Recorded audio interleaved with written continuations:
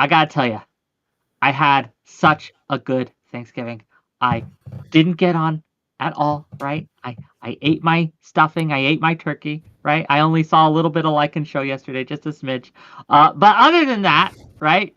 Other than that, I stayed away from social media and it was great. So thank you all for being here. We're going to have a great discussion today about men. Men. Why men? Why are men? Why men do things, right? Why do we have such manly issues going on? What are the issues that men have to face? Should we be talking about this at all, right? We're going to go over it. We're going to talk about it. I brought the manliest men I know, right, True. into discuss this. So I want to thank each and every single person. Mr. Hammer, we're going to start with you because you are a self-described men's rights advocate. And so I Yes. want you to kind of give us a spiel, right? What what do you mean men's rights? What does that mean? What do you want to see happening that isn't happening? Maybe start us off with that. And thank you, gang, for the subscriptions and the subs and Twitch. 20 months. Portland is burning. Really appreciate you. Feel free to continue to give me money as we go. But with that, Mr. Hammer, give us your spiel. Sure.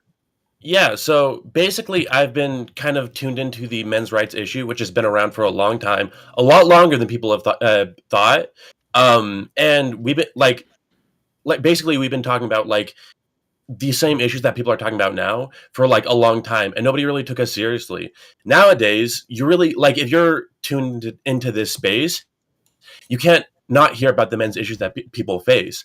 But even so, even though people are talking about it, they're really not equipped to actually tackle these issues. We've basically our only gender movement that we've known is feminism, and people think about these issues from a feminist lens, but that doesn't work because feminism is focused on women, and people don't really have the terminology or the knowledge or the like way of activism that they that I think is necessary to actually push these issues. I think that we need to I think we need to encourage men to come together and talk about these issues amongst themselves and advocate them for themselves, regardless of whatever women or feminists say. Okay, well, thanks for coming. I'm sure we'll get into it as we go. Soyato, what do you think of that? Oh, yeah, I'm not so sure about that. I don't know how long you didn't give us a date, Mr. Hammer. So I have been aware of and tangential to the men's rights movement since I guess 2011, 2012 era, right before the wonderful episode that we know as Gamergate occurred. At the time, I was freshly joined to the games industry, and I had an eyeful of what was out there.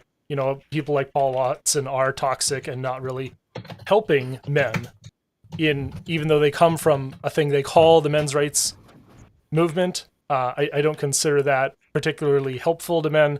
I think that we look at things like intersectional feminism, or AKA the power structure analysis in Marxist theory, probably a little more productive overall, because we're looking towards the future, right? We're not looking to fight men versus women. We're looking to dismantle that hierarchy of gender and sex.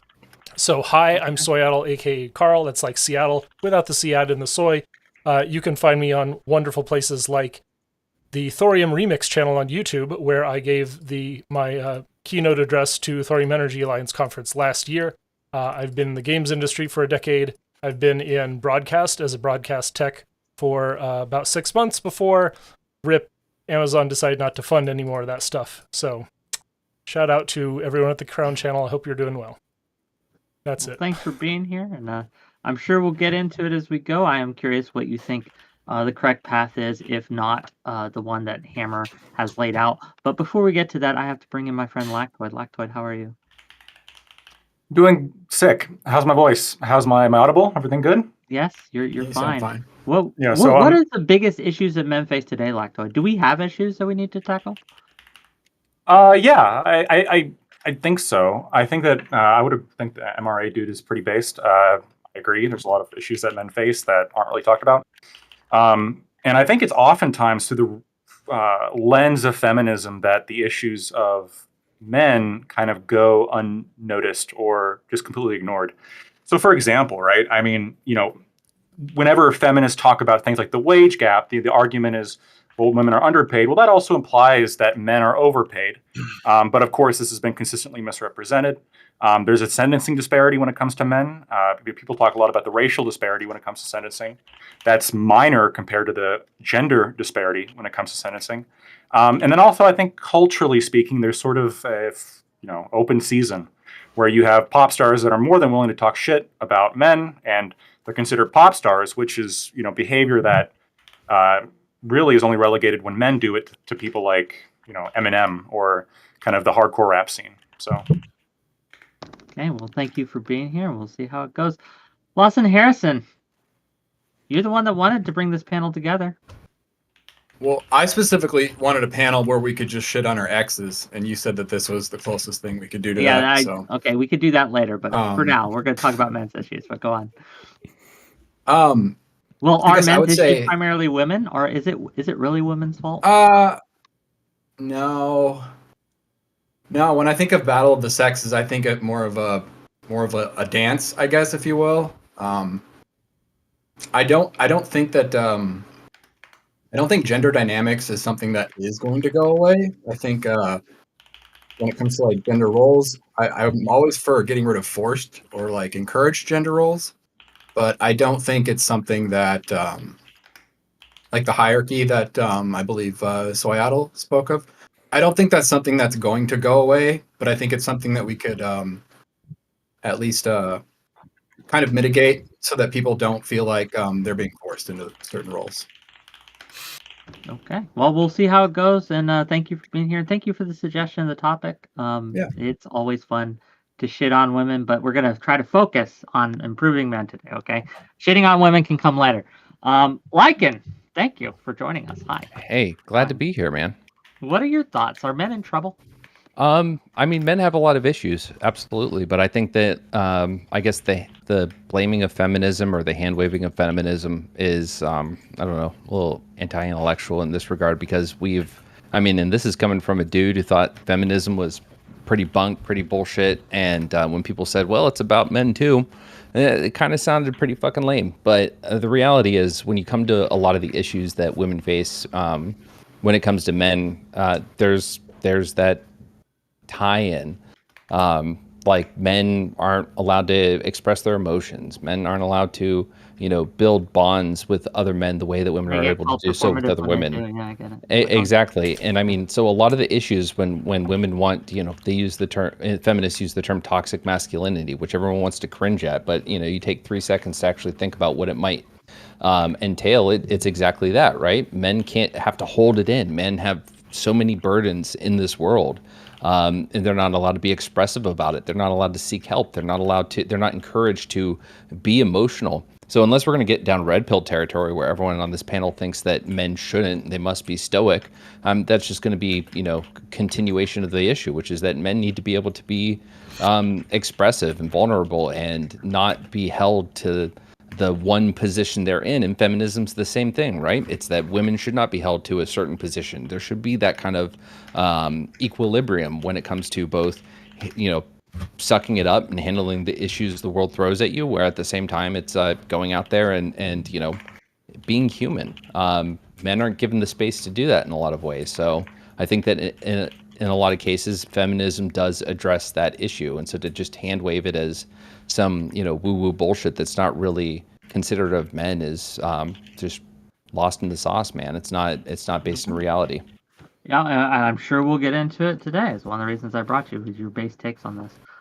Speaking of base takes on this, Tuna Chip.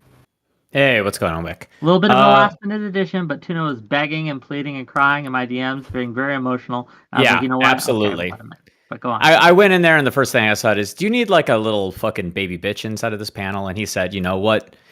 After I got stuffed all last night, I need somebody else to be the one getting stuffed on the panel. No, okay. Gender, men, the very concept. The easiest way to pull my perspective in it is that technology has sort of replaced the essential role of men in society. Slowly but surely, every technological shift has made it so that men are less essentially tied to their features. So they become these like aesthetic things that are mostly about like dating and sex. So like strength has been replaced by cranes and guns. A lot of these new jobs that we have don't need male typical values, but instead want you to be flexible, want you to be very intellectual, but in a way that is like adaptive as opposed to like super focused on a single task, specialized or whatever you would want to call it. So basically, I think that the anxiety that men are feeling is coming from a shifting environment that has affected men more than women in terms of our core roles. And as far as I'm concerned, we're already kind of in the post-gender society. At least men are. We have 1 foot in the post-gender, 1 foot in the previous. And with that, gang, let's open it up and let's love talk it. about it. Right? I will support. I'll support Tuna Chip's, woke MGTOWism. That's men going their own way. I don't see a problem with it. I think that as long as we can get society to accept the MGTOWs, we're here for it. That's kind of one of my biggest problems. By the way, for the record, I'm not like red pill. I've never been red pill. I've never accepted red pill. I've never liked anybody who's part of the red pill. And I hate the implication that the men's rights movement is a part of the red pill. It never has been, and it's not supposed to be. And one of the reasons that I hate the red pill is that because like, even though they're always shitting on women, if you look at what they want, it's always the approval of women. Like, what does Andrew Tate talk about? You need to get a bunch of Bugattis and then the women will come to you. And that's the entire crux of everything he says. But like, shouldn't the entire point of speaking for men and coming together as men not be like, freeing, like, not that you shouldn't want to be with a woman or have a partner, but that you should be free from like this obsession with like appealing to women. I want to like get a few guideposts from you, Hammer, Mr. Hammer. Is Paul Watson or Jordan Peterson, are they red pill or men's rights? Paul Watson, is that the guy on the Alex Jones show? No, Paul Watson, he's a very old blogger for the men's rights movement around when I became aware of it, 2011. I'm pretty sure I think he's a contributor for Alex Jones now, if I'm not mistaken. If it's the Paul Watson I'm thinking of, then no, I don't support really anything Paul Watson says. In terms of Jordan Peterson, I'm kind of mixed. I would say he's more like conservative tradcon, and so I think he has a lot of really good supportive things that he says. But like, I just wish Jordan Peterson would like stand on his base principles and like stand against like the crazy conservatives and he shit on Andrew Tate. Okay, I'm going to guide this a little bit because I think we're going to go all over the place if I don't have some really good direction here. So I guess lightning round, biggest question, biggest issue men face today. Real quick, Lactoid, go. Biggest issue, number 1. Oh shit. Biggest issue. Yeah, shit, for sure. Biggest issue, I think, is being a fucking target, culturally speaking. They're targeted unfairly. Lawson, biggest issue. Dating is the biggest issue. Lycan, what's the biggest issue men face today? Mental health. Tuna, what's the biggest issue men face today? Lack of purpose. I guess that ties into mental health. Carl, biggest issue. This is the biggest issue. Okay, the biggest issue for me is sort of place in the workforce. And last but not least, Hammer. Safety. What? Okay. Ooh. I got all the other ones. You're going to have to elaborate on the safety. Sure. So if you look at all the statistics, men, pretty much from every cause, men are more likely to die from everything. In workplaces, obviously in the military, 80% of murders are men. Like, and also when it comes to like capital punishment, even though it's not as big of an issue, like, look at the skewing numbers on that. Like, most people who are put to death are men. People don't really care about the safety of men, and it leads to higher rates of death. People don't really care about the mental health of men, so they commit suicide. Like, men are literally dying. Hammer, I gotta ask, how tall are you? I'm 6'3". Okay. Yeah. Hey, how do you feel unsafe? Like, you could walk around Chaz, downtown Seattle, and you should not feel unsafe. What if someone has a weapon? Yeah, what if someone has a weapon? Okay. Yeah. He could absolutely get shot. Yeah, he could. Yeah. But Or what if- everyone, what we if are. This is the most egalitarian tool in the universe. Is the handgun? So what? Yeah. Like, But okay, then your point is broke. Like, what? Then why bring my height into question? Because I mean, if physical size, if guns equal physical size, then the only thing that matters more at this point is who are people more willing to kill, and people are more willing to kill men. It's not a nullifier. It's not a nullifier. It's a negator. It's a negator of physical strength as a continuum, which means that all of the other things matter more. Okay, then including why? the fact that people like women more. People like women more. They don't like certain things about them, but we're more protective. We care more about their desires, and we definitely care more about whether or not they're safe. So much so that many men define their life entirely around whether or not there are women that they cater to the desires and safety of. Like, that's the whole definition of being like a good boyfriend, a good father. That's the closest people have to men having a purpose that doesn't get derided. Most of the men that have a strong purpose that is not attached to female desire are derided because they're CEOs. Oh, you rich fucking, we're going to eat you when it comes time. Or there's some kind of man going their own way. Whether or not you're like defining, like the fact that that as a concept is a sentence, it's like a descriptor. Men going their own way. It's very similar to pick me, where when we judge women, we're saying, you should be whoever you are individually, and men will pick you for who you are genuinely. If a man ever decides to live as himself and not within the female desire matrix, he needs to be the categorical other. He needs to be a man going the other way. Matrix. Absolutely, that's what gender is. What do you think? Why do men want abs? Why do men want abs? It's generally to impress women. It used to be in some of the classic Greek philosophy stuff, and everybody likes to go into that stuff, and it's like, oh, I deserve and I owe it to myself to see my best form. That's not why men are at the gym. They want to be sexy so that they have female attention, so that they feel desired by women. Do you think the same goes men are for going to women want, in makeup? even if women didn't want abs, men are always going to want female attention. That's never going to change. Even if the body standards, I mean, the whole dad bod thing and stuff. If you've had any experience in the dating world beyond, I don't know, your early 20s, like the dad bod thing is real. It's not some bullshit. A lot of women like dudes that kind of have that strong but also kind of fluffy look to them. So the abs thing they're not required. So if suddenly no one gave a shit about abs, men would still be doing anything to get female attraction. Yeah, I'm not criticizing it. I'm not criticizing it. Men are putting on maid outfits to be attracted to women. Like, we know that you can completely subvert, quote unquote, typical ideas of masculinity. But what is masculinity? Wanting to be wanted by women. That's what heterosexuality, male sexuality is.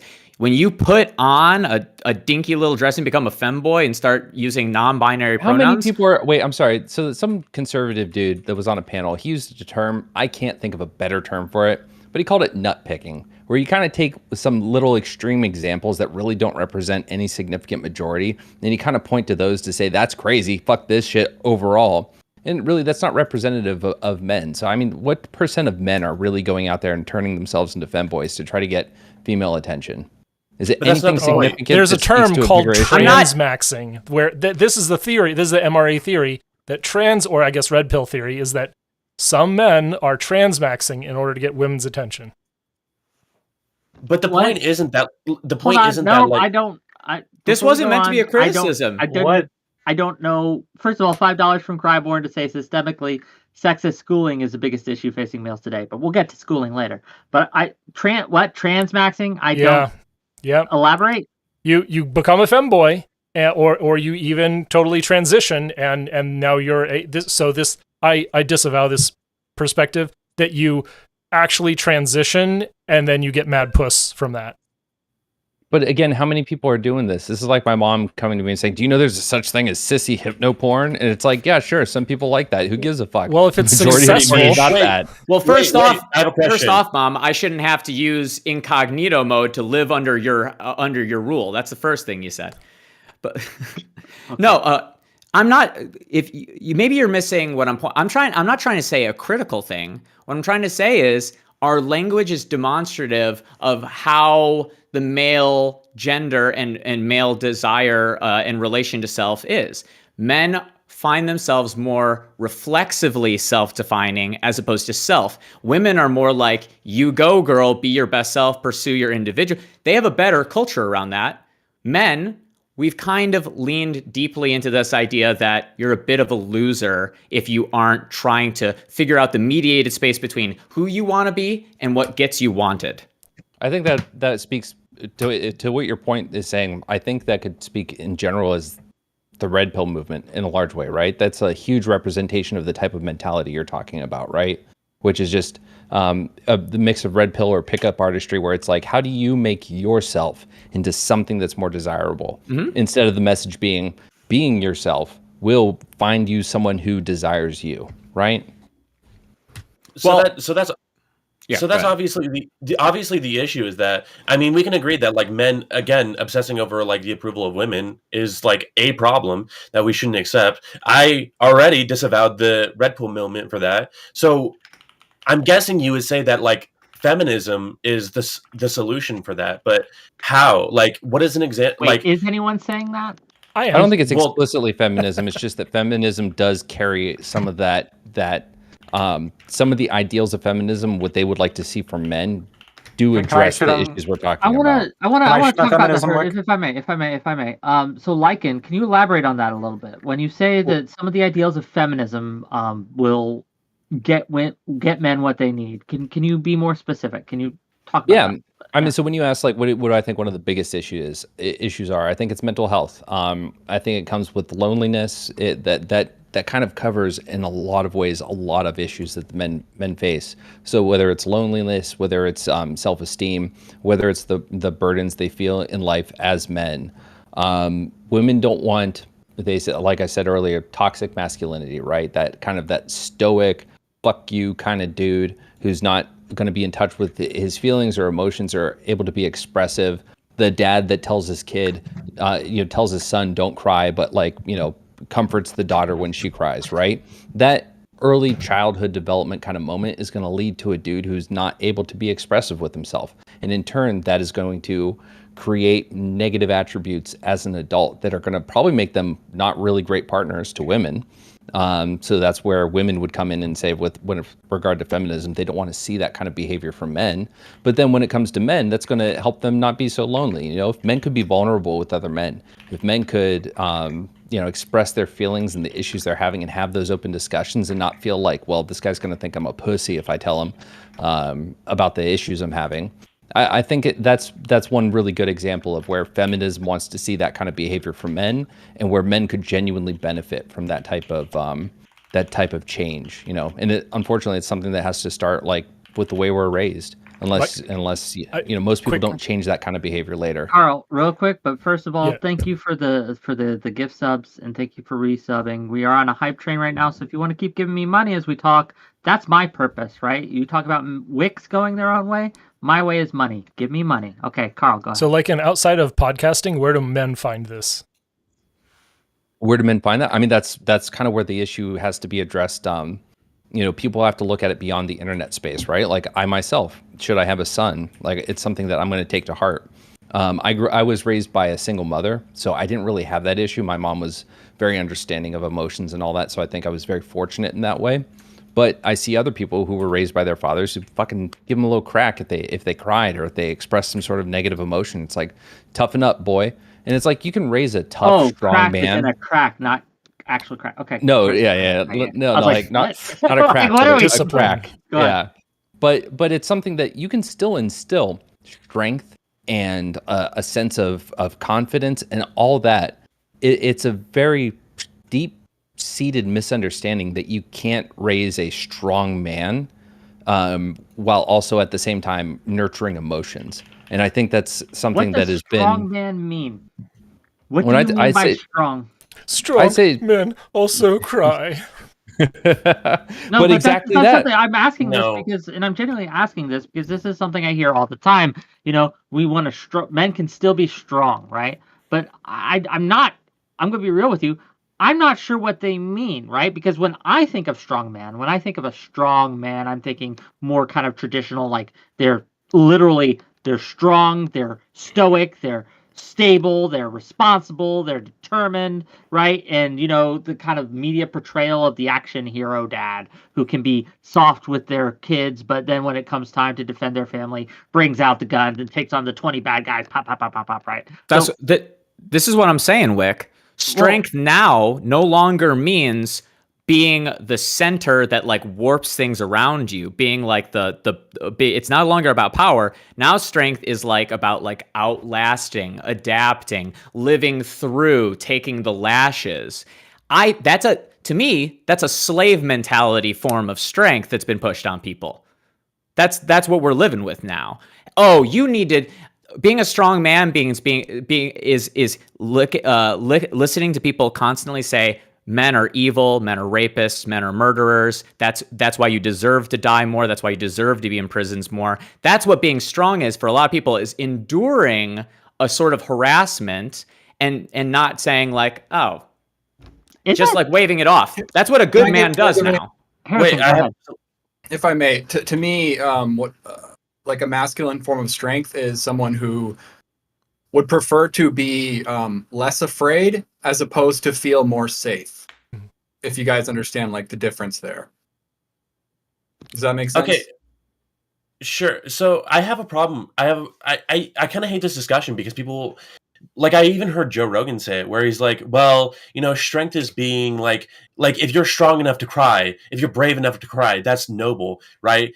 Like, isn't that true strength? I feel like there's a huge misunderstanding, and it comes from like I've been saying, like, people don't really understand men. People haven't taken the time to understand men. And if you look at men, even though strength is the same word, if you mean it to like I'm physically strong or I'm emotionally strong, I'm strong enough to cry, it's the same word, but it's just semantic. If you look at what men really want, they want to be invulnerable. Like, men want to, like, they fantasize about school shooters coming in and taking out all the school shooters, because then even the school shooters can't get me. You can say whatever you want, like, or there's stoicism. Like, if your wife leaves you, then you won't cry, you won't feel anything because you're invulnerable to any emotional damage. You can say that, like, oh, the feelings you're having is, valid and it shows strength. But like, men don't even want to have those feelings in the first place because that's a vulnerability. And what men really want is invulnerability. And you really can't work around that. In them early on. All right. Yeah, like stability, of course. Yeah, everybody wants that though. But again, addressing that by saying like, oh, crying is true strength, you're really just not speaking to the way that men feel deep down. And that's one of the issues I have. And that's one of the reasons that I talk about men's rights activism, is because people don't have the language to like, people don't even have the terminology or the concepts to like deal with the issues that men face. I think I see where you're touching tips, where you're getting together, and that men are strong through their actions. And so, Tuna Chip, are you saying that the problem with this is that men aren't allowed to respond in the traditionalist sense? They're not allowed to be vulnerable, to show vulnerability? No, I don't think so at all. I'll answer the question. Did you use the wrong? No. Did you use the wrong target? I was coming back to you because you were sort of saying this idea of strength is enduring and being silent. And so, is this a criticism of our society and saying that we're just not allowed to respond? I mean, we're moving more towards this idea that stoicism is what masculinity is, and a lot of that means endurance. It's all about this sort of like not letting things get to you, having a sort of internal mental strength. It's closer to like a runner's strength, the ability to stay on task and not lose the goal. It's not that I'm necessarily critical of it nearly as much as I'm saying that what we're being asked to do is using language that traditionally refers to something else. So what we're being asked to do, it kind of touches on what you said before. So when we say be strong, what we actually mean is be flexible. Well, strong can be rigid and used to be rigid, and the aesthetics of such are still about rigidity, but we're asking is for you to be more flexible. When people want men to be more caring, what do they want? They don't want them, or more open about their feelings and emotions. They don't want them to cry in front of you and say, when I was 5, the teacher called me a bitch and I've always been insecure about it. Congratulations, you just gave your bitch the ick. No, people actually want is for you to solve the puzzle of what the word really means without too many hints. And I just don't think men are good at it. Oh, okay. I guess in that, right, to address what you're saying, Tuna, and I want to get Lactoid in here too because it's been a little quiet, and I know you're sick, but I want to, because I think me and Lactoid probably agree on this. Asking men to be resilient, I don't think it's a bad thing. I think men should be resilient, right? Like to suffer through. That isn't just a masculine quality. I would advise women to learn this trait too.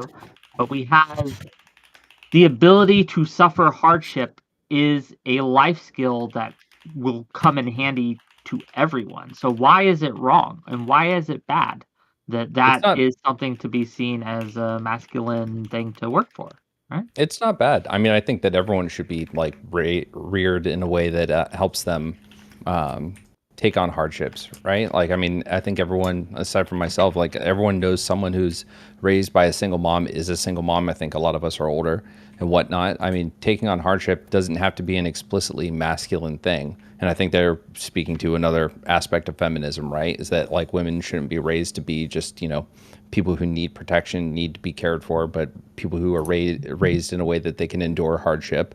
But at the same time, I think that, again, men should be able to. I just don't think it's mutually exclusive that you need to be either able to endure hardship or able to be vulnerable and in touch with your feelings. Okay, Alex Schmidt for $5 first of all, $2 from Testicle Johnson to say emotions are dumb and we should hate them. Fair enough. $5 from Alex Schmidt. We have accepted more women in masculine roles in the past couple of decades. Why is it taking longer for men to be accepted in feminine roles? Question mark for all. But I wanted to bring it back to Lactoid because I know you have some strong thoughts on this. What do you think of what Lycan's saying here? I think mental health is, of course, going to be like any kind of health. Is something that it's just easy to say, yeah, like we want to help this, and because who's going to disagree with it? But I'm skeptical that mental health, in the way I guess the feminists or women, I suppose, handle it or tell us how to handle it is really the best way of handling it. Right? Women score worse in mental health across the board than men do. Like overall, women are much more neurotic, and there's also literature that indicates that stoicism, developing an internal locus of control, actually does like benefit mental health. Venting is not good for your mental health. Like unloading emotional baggage on people not only is bad for them, but it's also bad for yourself. Right? There is some benefit to keeping your problems to yourself. And now, in the context of a therapist, this obviously is not going to be the case. But I'm always skeptical when people say things like, "Oh, you just gotta, cry. You just gotta express your emotion. You just gotta emotionally unload on everyone else around you." I haven't seen any convincing literature to actually prove this is effective, and the people telling me that it's effective have worse mental health on average. So why should I believe them? Because what you're talking about is emotional regulation, right? Yeah. That doesn't mean that the idea is you're going to go out there and you're going to just spew every single emotion at every single moment that you want willy-nilly. Like you still, have to act like a mature, rational adult.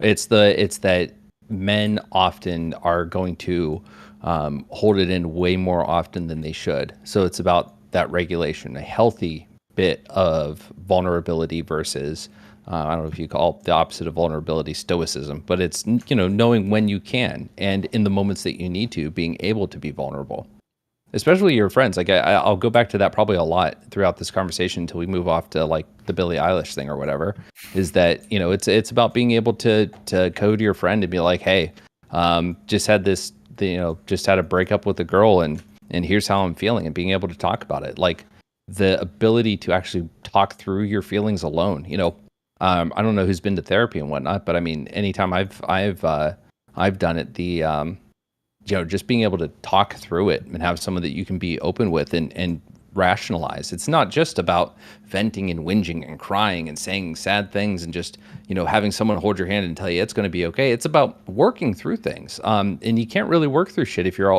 you keep it up inside. Like there's only so much that you can process on your own without externalizing it. And I'm saying there's a lot you can do that with, but there are moments that you need to be able to, and I just see it as A lot of men don't feel comfortable doing that, and they need to be able to, especially with other men. I think that's the biggest thing, right?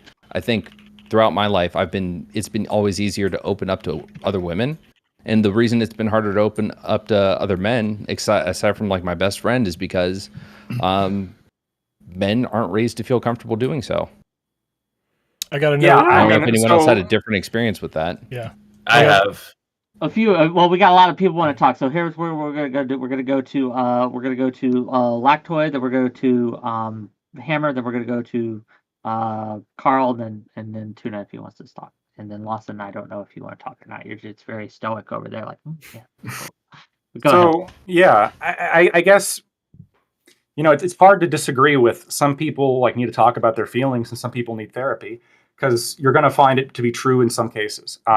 Just overall, the cultural narrative of men need to cry more, men need to like put out their emotional baggage, express yourself, like shaming men who want to work through things themselves. Just by the literature doesn't seem to be productive. And we're being told this by people who have worse mental health outcomes, like by and large, are more neurotic, have higher rates of anxiety and depression. So it's just, I'm not convinced. First of all, I think men should be resilient. I think there is a level of stoicism that's beneficial. And so when it comes to the individual, and having an internal locus of control and being strong and those kind of things, I would encourage men to do that, at least based on what I've read and based on just what I've experienced. But before, I don't want to switch the topic too much, but like as when it comes to feminism giving advice or putting certain problems to the forefront, it almost seems to me, again, this is like sort of a issue that, given who it's coming from, I'm skeptical of, and it seems to like be hiding other issues that are never talked about. So given who it's coming from, what do you mean by that? Feminists, right? Who are in the panel besides I said it? We've had 50 years of this movement. Who here in the panel honestly can tell me when I said the stat that the gender disparity in sentencing for the exact same crime is more so than the racial differences in sentencing? Who here can honestly say they knew that or they've ever seen that on a feminist billboard or any feminist ever brought it up? But we've heard this from the racial shit. We've heard that for decades. But why isn't this being talked about? It's because nobody wants to talk about it, and the feminists don't really want to talk about it because they are a movement of women. Just admit it, right? They only care about alleviating discrepancies when it comes to when women are behind, not when men are behind. That's what it is.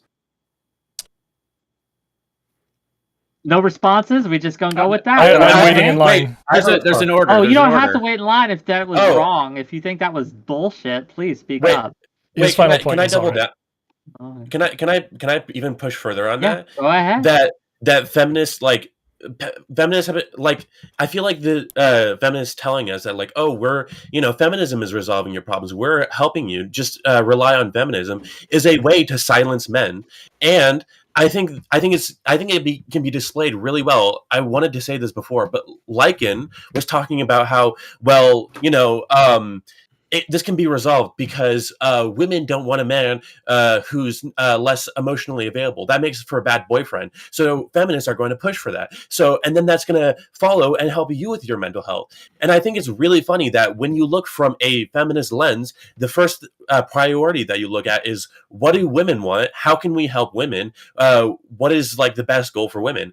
Instead of addressing it hey, forget women. Let's just address what should we do for men, right? And I think that is displayed. And I think your example can be I've seen examples of what you're talking about, where women will be I don't want a man who's always never talking about his emotional stuff. I don't want a man who's closed off. But the way that shows, because it's women asking for what they want, is what they say is, I want to rock. I want a man who's not emotional. I don't want a man who's not going to cry or break down. I want a man who will support my emotions, who will help me with my emotions, who will talk to me through my emotions, who will support my emotions, but who's strong on his, who I don't need to support. Well, people aren't offered. Okay, just to put on this, why do they want the rock? Why do they want all of these different features that are basically be a perfect partner, be reliable? That's a fantasy of desire that's unattainable, so that's why they want it. They want it because they'll never have it, so they can easily fantasize about having it. The things that they can actually get, that they would be most satisfied with, that they can get, do strike a balance between the two. Women want their men to have a couple of feminine traits inside of them, so that they feel like they're a little secure with that. Oh, I know about his emotions, so I know where I stand. If he's gonna just drop me for another woman, that's not what women want. They can fantasize. It all comes back to neuroticism a little bit. This is because I think Lycan's right in this, that we don't often talk about what is really bothering us as men, right? We don't, right? For a lot of reasons, especially not in public. Again, for a lot of reasons, some good, some bad. But gang, this is a safe space. So I want you all to be able to talk about what's your biggest, as personally, if you don't feel comfortable sharing, I understand. I'll start, right? My biggest problem, right, as a man, right? The biggest problem I have is not being taken seriously when I get emotional, right? Like people think I'm making it up or that I'm not that I'm acting. Now, some of this is because I am on a stage, right? Like we all streamers and things like that. But there is this problem I've had is when I say, "Hey, I'm struggling," people don't take that seriously in a real way. I say, "Hey, I'm going through it right now." I'll get the some people will. I don't want to cast everyone under the same brush, right? I don't want to paint everyone with the same brush. So some people, but for the most part, I don't feel it gets taken seriously, and I think that's a problem that I face, and I think part of it is because I'm a man. I'm absolutely convinced that part of it is because I'm a man, because I'm older, because I'm an adult, right? Like I am seen as like, well, you should and can take care of your own shit, so we don't need to really help you. What are some of you share? Come on, we're sharing right now, so go ahead. Well, I have a question. I find as a general rule, this is strictly in like male-female relationships. It's usually kind of an unspoken agreement that you prioritize the female's emotions over your own generally, not obviously in every case. Like if your mom just died, but she had a shitty day at work, she's not going to complain about her work, right? But generally, all else kind of equal, it's kind of assumed or an unspoken thing that you prioritize the female's feelings and emotions over your own. Yeah. Agreed. Well, tell us, Lawson, tell us about a time that's happened to you. That's what we're doing. We're sharing. Oh, we're not. I mean, in my last marriage, that happened all the time, and I'm okay with that personally. I'm okay with prioritizing my partner's emotions, so long as it's acknowledged. Acknowledgement is all I really need, and the support when I need to be supported too. But yeah. Any other sharers? Do we have sharers in the class? Well, want to share? This is gonna come as like a really weird and surprising thing. I've actually had really good relationships with women in my adult life, including like talking about emotions and supporting. So like I don't really have any good examples of like women shutting me down and being like, "Don't be emotional." I guess the one example would be like when I was a kid, like just real quick. What we're doing here, just to kind of clarify, is we're sharing experiences of what we actually have problems with, right? Like currently now as a man, right? You know what I mean? So tell us a story about currently now, right? Personally, well, does like if I were to talk about like when I was a kid, I had like my mom was like pretty like buck up, be a man, don't be emotional or any stuff like that. Like whenever I would show my emotions, she would get really angry at me. So that was the last time that I remember any kind of interaction like that. Okay. I mean, I'll toss something in here, but I just want to say if this was 6 women, each one would be fighting over the opportunity to talk about the most recent problem. That is one of the reasons I've asked this, and so what I'm demonstrating how hard it is for men to share. But go ahead. The fact that we're pulling teeth trying is because most of us aren't thinking about it. So it's not that men don't care about one another's feelings and people don't care. It's that men ourselves don't even care about our own problems. So if I'm going to put anything out there, I would say psychologically, a lot of dudes are just fucking cucked about this shit. They're not paying attention to it. You disagree, like it? Or not like it? Lactoid? Yeah. No, I think the reason why is because we're not obsessing about it. Here's the bother. Here's what bothers me. I almost think it bothers me a little bit when there's such a push for men to like be emotional or to express your emotion. because I think this is part of a broader tactic to emphasize emotion over logic when it comes to these kind of discussions. Because to be honest with you, like how someone's feeling is more or less not that relevant to the actual, like to most problems or most discussions, right? The question is, okay, how can we fix the problem? How can we move from point A to point B? And this is also a gender difference, typically, when it comes to handling problems, which is that men tend to adopt, we're more likely to adopt a sort of, okay, we have a problem, how do we fix it? While women tend to be more along the lines of, we have this problem, and I want to explain my problem, and I want to feel heard about that problem. But that tactic is not that effective when it comes to actually resolving problems. So no, I think this is a strength, not a weakness. A problem is not often about a problem. A problem is about having a turn to be listened to in a center of attention for a little bit in order to like have it proven to you that you're valuable inside of your social milieu. I don't think men desire that as much. We're like more competitive. We want to feel like we earn our place inside of our social milieu as opposed to like are given to it by 200 bits. Yeah, default. 200 bits from Zephyr Hash. True high EQ, which is not a scientific term, is a dog whistle for I'm a do what I want and you have to deal with it. And this plays into the Lactoid's point a little bit. All right. Are we still sharing? If you want, go ahead. So I'll share. I'm really considering how much I can share. I am, of course, going through a divorce. The only benefit to me is that I can talk to all lengths about custody because I'm done with that part. But what this speaks to, in sort of my case especially, is that men are having trouble transitioning to a supportive role. And so if I don't think society is ready for even men to be 50-50 in a relationship. We do face judgment when we're earning less or when we're even on par, and we do what we can to negotiate how to split up that relationship 50-50. But it doesn't always work. And even if you try, or even if you try to be more supportive, you are one injury or illness away from being back in the gutter. That's so, the little that I can say about my own case. For example, I was advised by someone that the court isn't going to buy my story about the state of the job market or, the things that I've suffered, indicating how I should be supported. So I guess it's my fault for getting divorced in a no-fault state.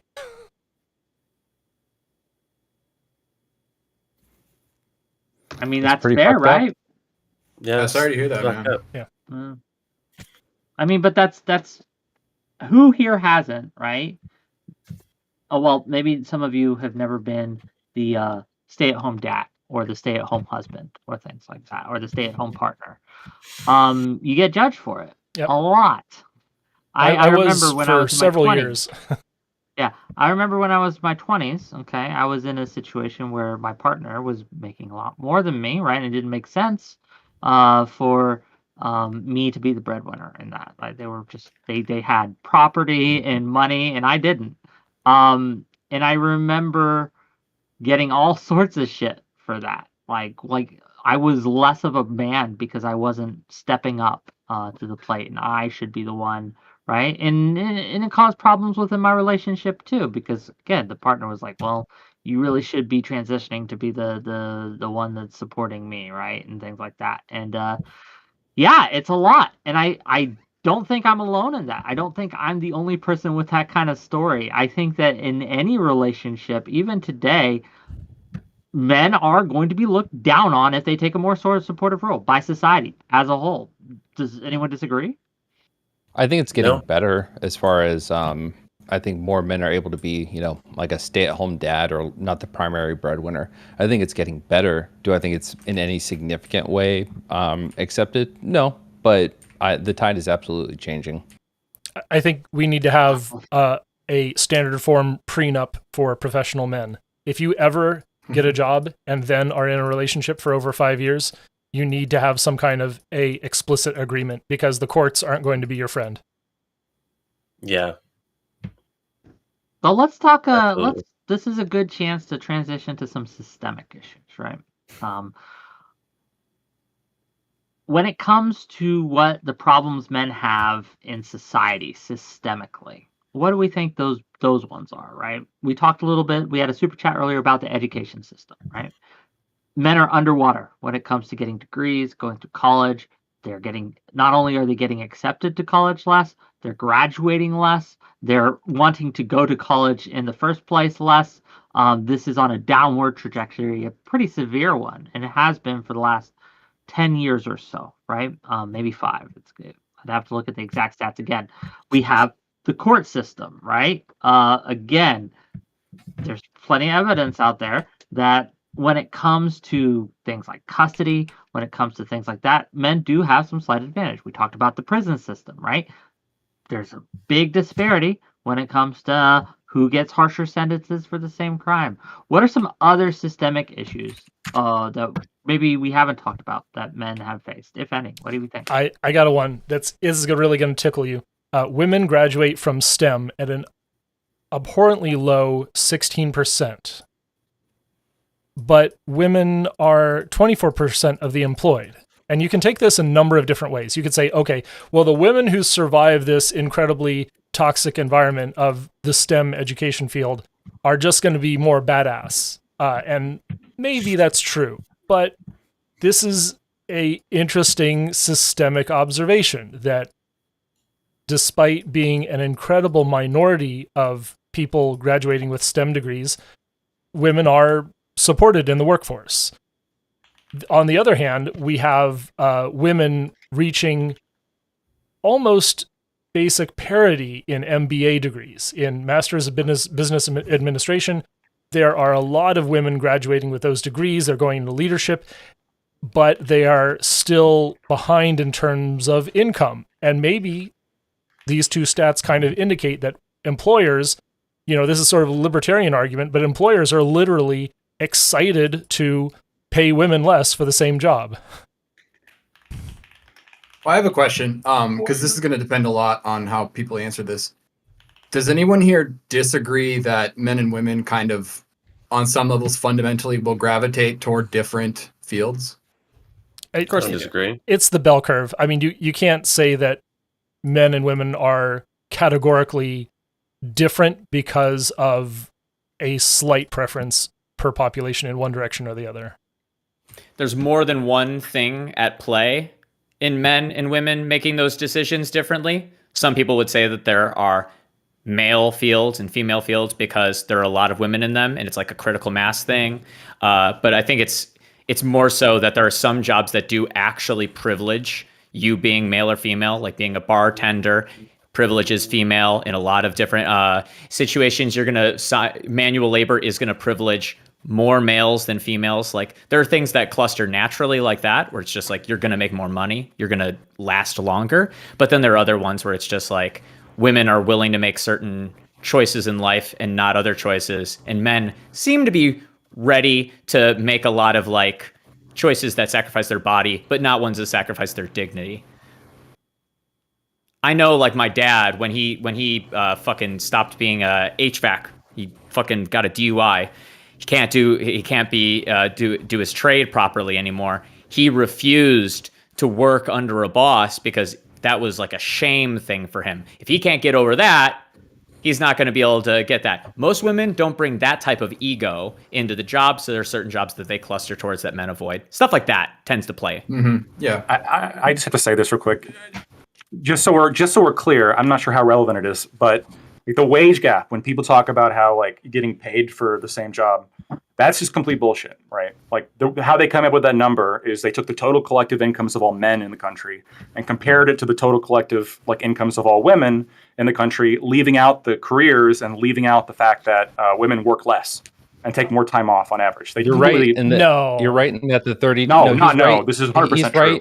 He's right in that the 32% wage gap is incorrect. But there's still an 8% wage gap when they correct for field and time off and all of that. So there still is a number gap. Is it as significant as 30%? Absolutely not. Is it still something that should probably be looked at 8%? Yeah. So I've seen 3 to 8%. I mean, it could be as high as 8%. But I want to be clear. It's unexplained, not necessarily sexism, right? It's because there could be other Mhm. mediating factors we don't necessarily know. Well, I've is seen it some estimates put it as low as 3%. is agency a part of sexism, or is it cultural, or is it agency? And this is the same question you can apply to to family court outcomes as well as to wages. If we're talking lean in and shit, Right. it's like the system should be regulated. Even for fucking men, the system should be in a way where people don't have to beg for their raises. They don't have to go in and try to find the situation where it's like, okay, well, only the most confident people get the raise. It's like, no, fuck that, because you have plenty, especially in IT, you have plenty of unconfident people who aren't willing to go put themselves out there and ask for a raise or a promotion that are absolutely deserving, right? But very often, and I say this, having worked in a lot of Fortune 500 companies, there are a lot of companies that just aren't going to, as long as you're doing your good job and all that stuff, unless they need you to promote to like architect or senior developer or something like that so they can bill you higher, they're not going to do it. It becomes a matter of you. So, I mean, that's a systemic issue for men and women at that point. Well, wait, why do you think that, or why do you think that they deserve the money if they're not willing to advocate for themselves? If you can do the job, you deserve the money. It's not a matter Yeah, of but should advocating you for yourself. deserve more money than other people just by being better at the job? Yeah. Yes. Then you would be looking at something that is like closer to a meritocratic system. And while I'd like to see objective metrics, some fields have that. Some fields just straight up don't have that. Like there are many jobs where what the job is, it's not being tracked. That's a Can you give biased us an person. example of that, please?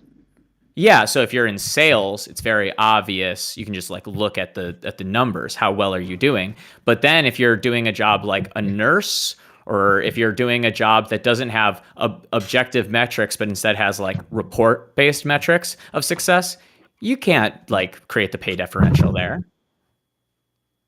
In a lot of those cases, when you're not talking about sales, where again, sales is like almost like sales and cooking are like the true meritocracies. You either can fucking make the omelet or you can't. You can either sell the product or you can't. But for everything else, you have so many other factors. You have shitty people managers, people that aren't encouraging you, people that aren't telling you to go for the panel to take the promotion, people that aren't properly reporting what you're doing, people that are in people manager positions because the company structure is so fucked that your people manager actually may have an incentive to not fucking promote you or encourage you to go seek promotion. And especially when you're dealing with like junior level people from, age 22 to 27 who are still pretty new into the industry. There are so many ways for people to get fucked in these situations. So while it is good, and for me, and I say this personally as someone who has always been one completely fucking willing to be like, hey, I want a promotion, I want a raise, I want to go forward. I've seen plenty of people that get left by the wayside who are fucking way superior to their peers when it comes to coding, when it comes to DevOps, when it comes to engineering hardware. I've seen these people get left by the wayside, and they're doing stellar fucking work at the level of, senior associate or some shit like that. And the system needs to be able to account for that. Managers shouldn't be able to be to let good talent go like that without. I'm missing something though. The job's goal is to make as much money for the lowest price possible. Why should they fight for good people that are willing to work for less money? Why should they start just paying them more? Like the whole point is that if you want to be paid more and you're not willing to do the sort of like stop being a beggar, start being a chooser thing of shopping around or advocating for yourself, well, congratulations. That's your fault. That's if you're going paying to fall based on you. whether or not someone asked for it and not having some sort of like standardized system. Like, don't get me wrong. I'm not a socialist by any fucking means. I'm a huge capitalist. And at the end of the day, I think that the market value is fair. But all these companies have pay bands. And all these companies could promote within that pay band and get people up higher and more, let there be more equilibrium and not suffer whatsoever, right? So your pay band as a senior manager at one company might be $145 to $175, right?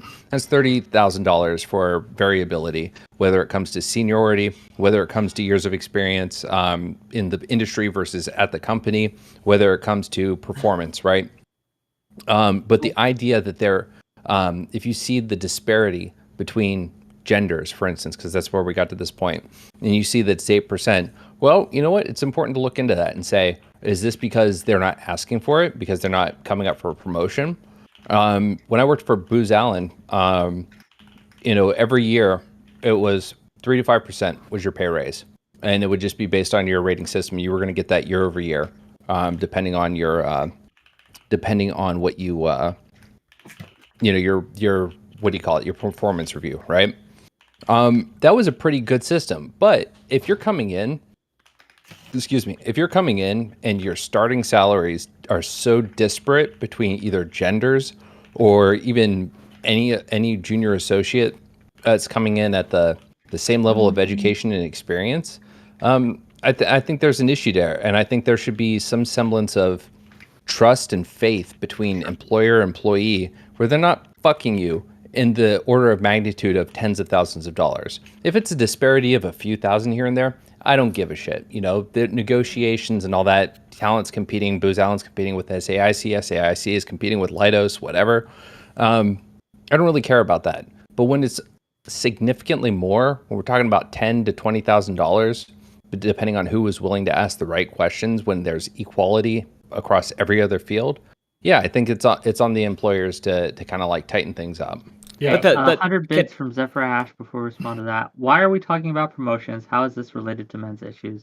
I will say that the disparity talk is somewhat related, right, to identify the problem.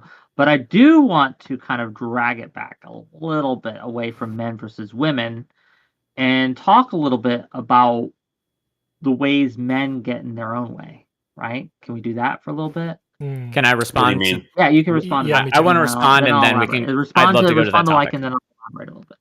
Okay. I hear what you're saying, and I like the idea, but that money isn't there. That excess money that's above the minimum of the band, it's not there to pay people based on what they deserve. That all of that money that could go to them stays inside of a pool, and it's there held onto to retain the people that threaten to leave if you don't give them more money.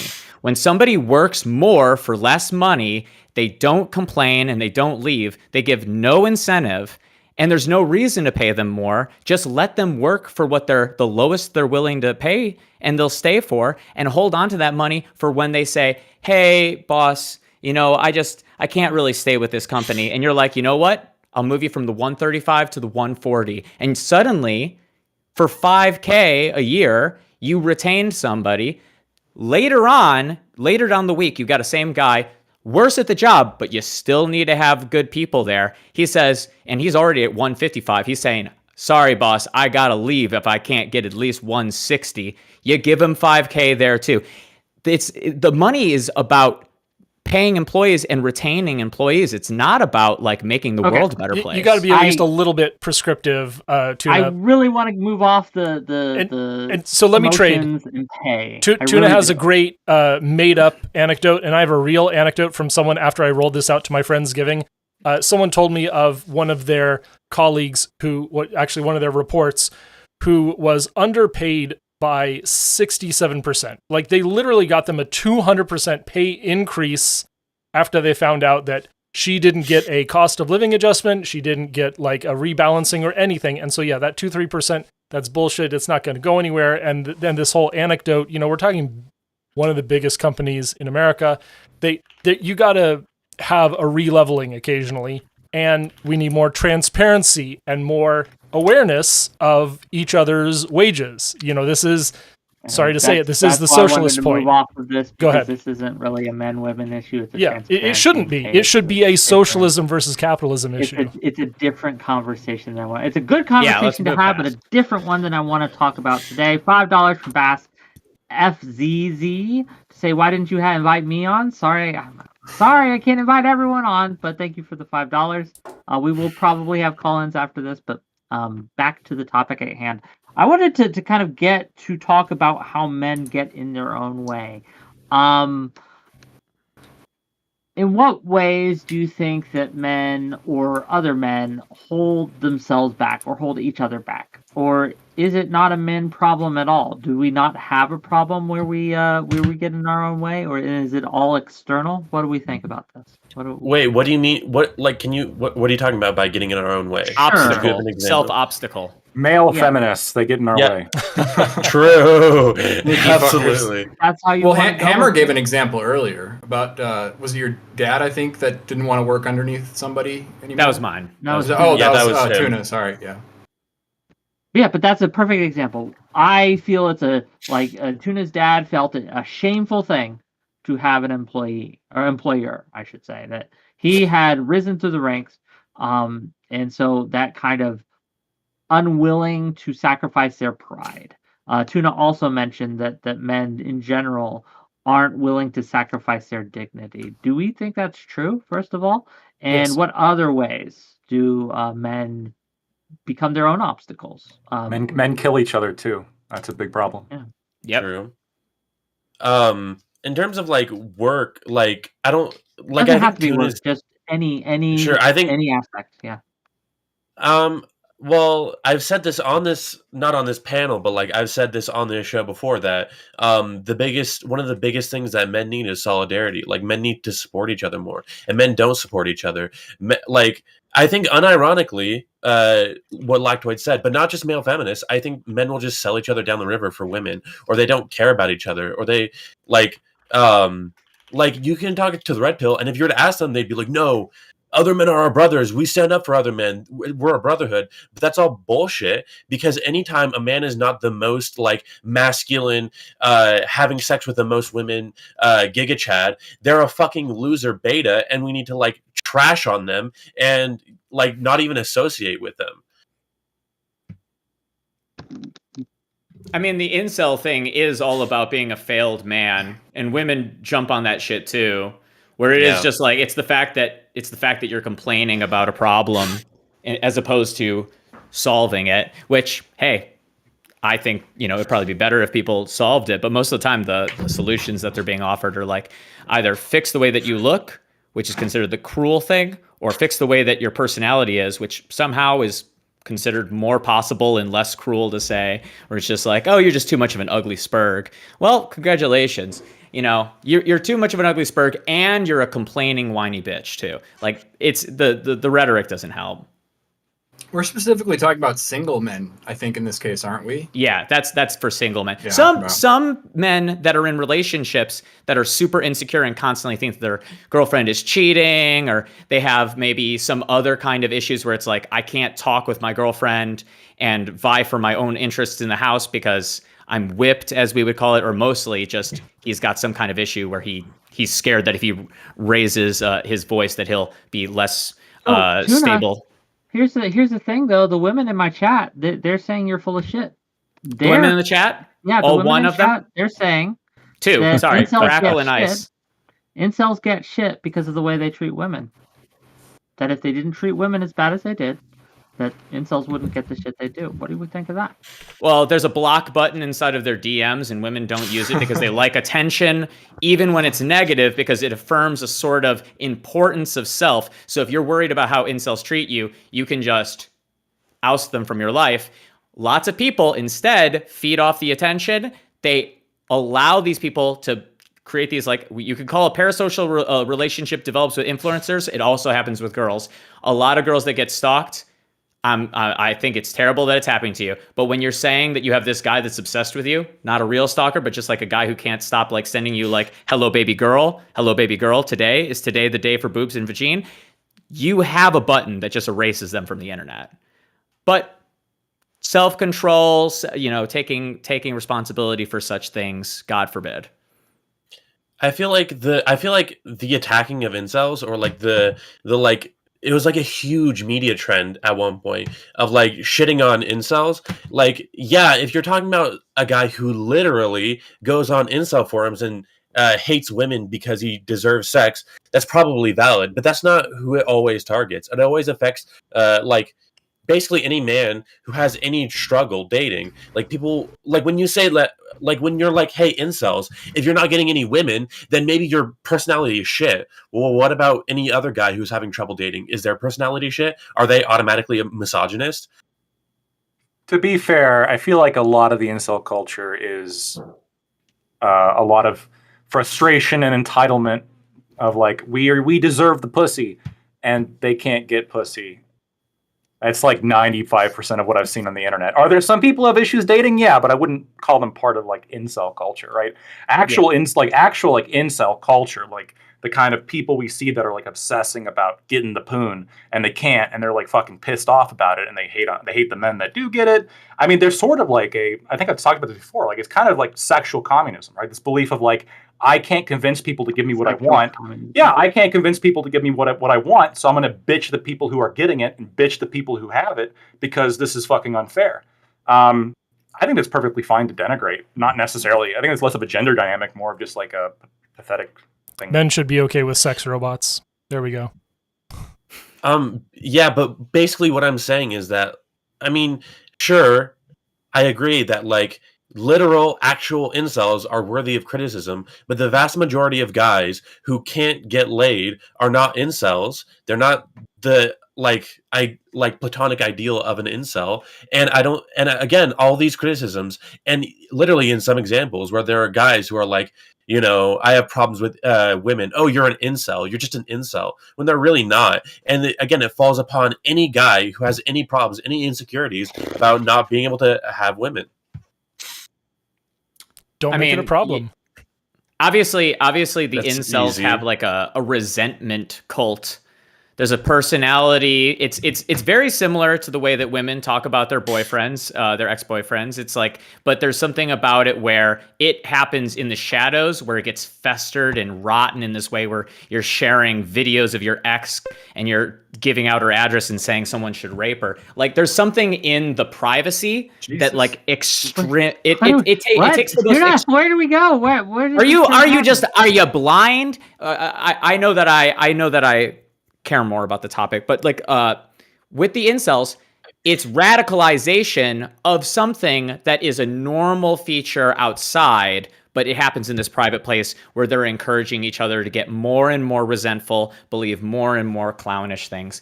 Are all men that struggle with dating incels? Obviously not. Some of them don't even have any resentment about it at all. The point, though, is that they don't talk about it all the time. That's the point. To Tuduna's point here, we as a society, at least in Western society, we celebrate strong, independent women. I don't need no man, and they get they're posted like, oh, look at this strong, independent woman. She's making it on her own. She's broken with the patriarchy. She is great. She's doing it all by herself, etc. We don't celebrate men doing that kind of thing at all. And in fact, we look at them as all sorts of things, right? A man who, again, eschews women and simply goes their own way, so to speak, and is successful and preaches that kind of thing is seen in a lot of ways by society as dangerous. And Zephyr Hash, thank you for the bits. The bounty has changed from Soyaddle to Tuna Chip for derailing the combo. Okay, you would have a bounty on your head. Fair enough. But what do we think of that? Like let's get to the Billie Eilish thing too. Let's rope that in here. What is this? Are you not familiar with what Billie Eilish? I don't know who Billie Eilish is. Zero. I know who. I know What she now? is. Because of Black Country No Road, she got Billie Eilish style. Let's hear it. Okay, so Billie Eilish recently made a tweet that did the rounds, saying that women's bodies are shamed in a way men's are not, and men's bodies don't get shamed because women are too nice. Do you want to talk Women about don't erectile shame. dysfunction? I mean, Yeah. that no man will be able to like not wither that criticism someday. Someday, like you're gonna be there. That's the male wall. I won't. You're under 40, aren't you? But let's talk about the different, like, Suicide I guess what I'm saves getting at, people to be from more that issue. specific, to be a little more clear. I would argue that there is a severe disparity in how women are viewed and treated. And this goes for pros and cons. There's pros and cons to this, but there's a severe disparity between how women are treated culturally by the public and how men are. And I think that we would like to think, and some people would like to think, that women just get the short end of the stick on all these issues. I don't think that's true.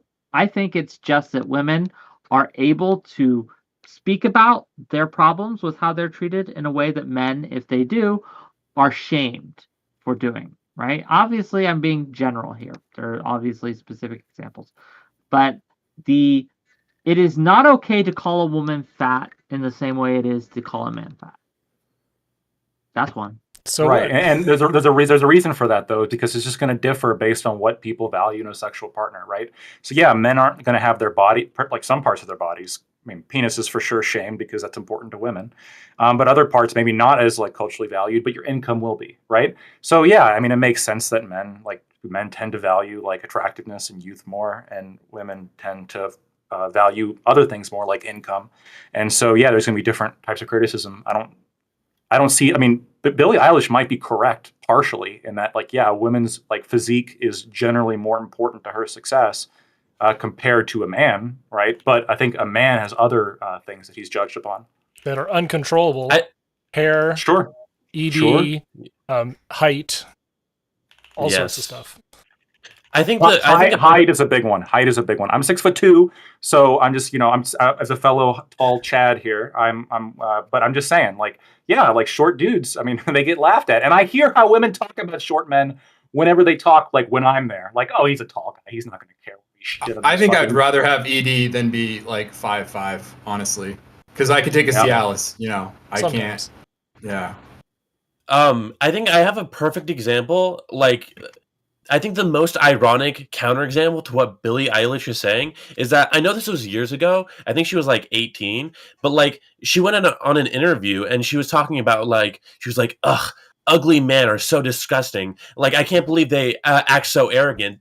Ugly men really need to know their place. I mean, if you're a hot guy, you can get away with some stuff, but if you're an ugly guy, then you're like not even worth my time.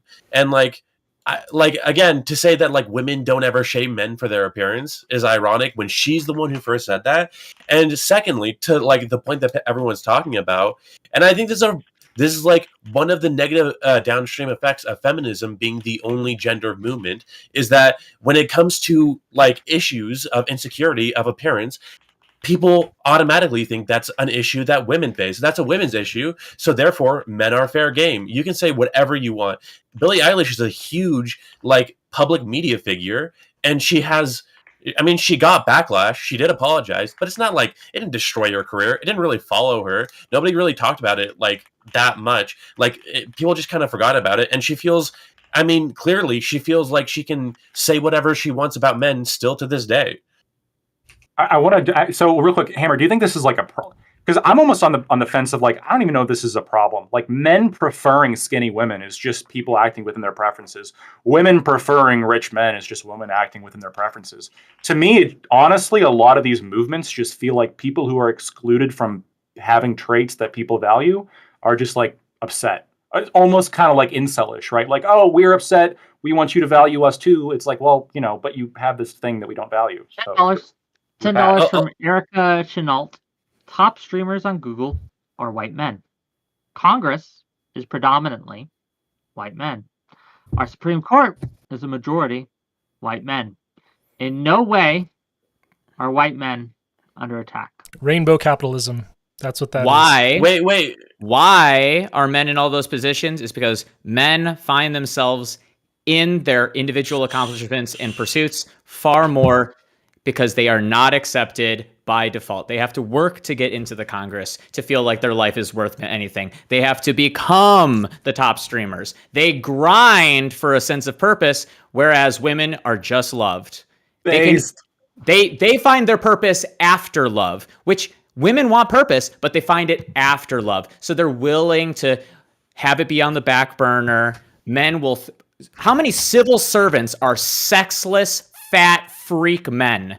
No fucking surprise why. They have nothing else to do in their life other than pursue a purpose.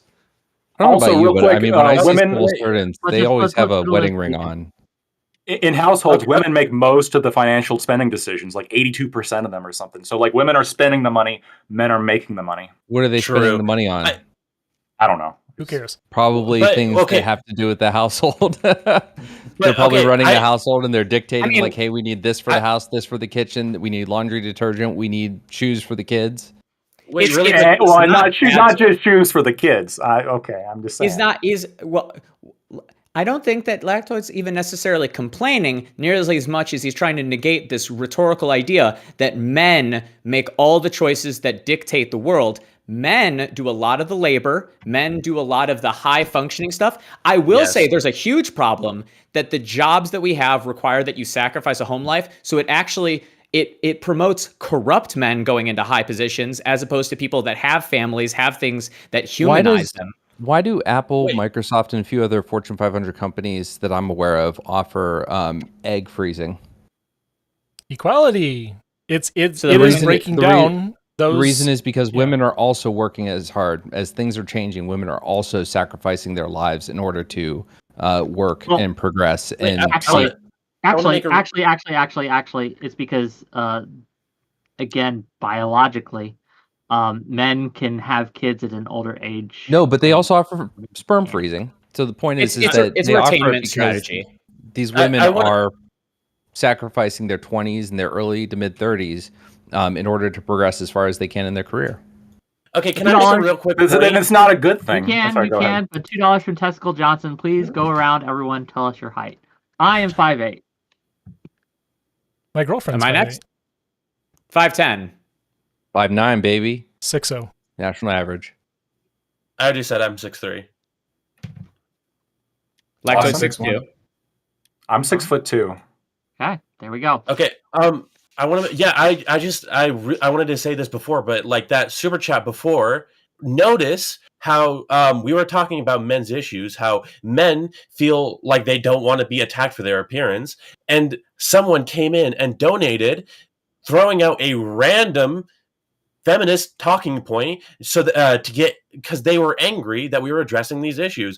What does white men being in Congress have to do with men feeling insecure about erectile dysfunction? Again, why do feminists feel the need to shut down men talking about issues that they face? I also want to address something that Lactoid said. He said, this is just my take. You're saying that like a lot of these, like the fat acceptance movement, like how they are obsessed with like Or short men or anything like that. or yeah, like these movements are obsessed with like oh, I feel bad, I don't like being this, I don't like feeling bad, desire me because I want because I don't want to feel bad about this. I think that's a lot of that is really stupid, and they're like, they don't know how to address these issues. The only valid criticism is you shouldn't go after someone, target them and be like, you're a fat loser, all right, That's true. lose some weight, like anything like that. And that's the kind of thing that I have criticism. Some data that I've just been linked. This was it's a study that was published this month on November 8th.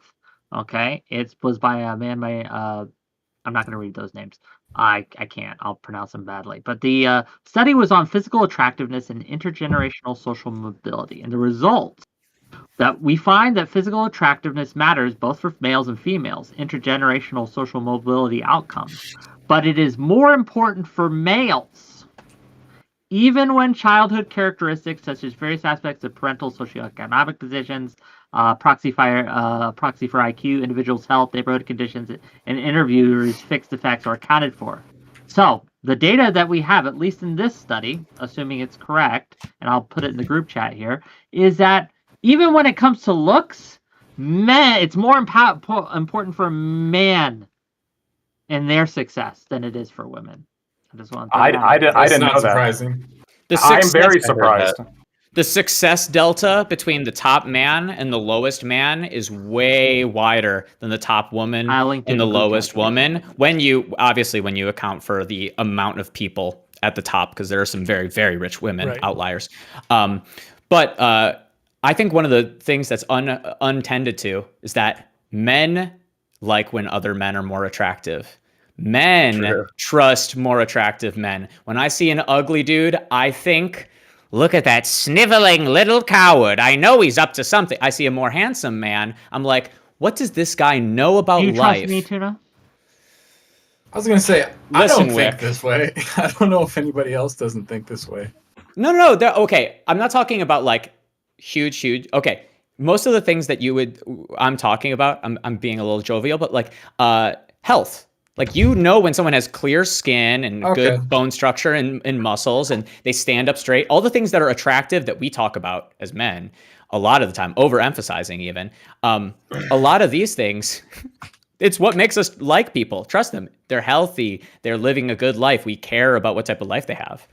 If we look at like a person who's like in their mother's basement and looks like it, we don't care about their opinion. We think they're a loser. Can I be a bit of a feminist right now? Do it, babe. There's some things that I'm not necessarily pro women or pro men in all cases. I think that feminism has some valid purpose.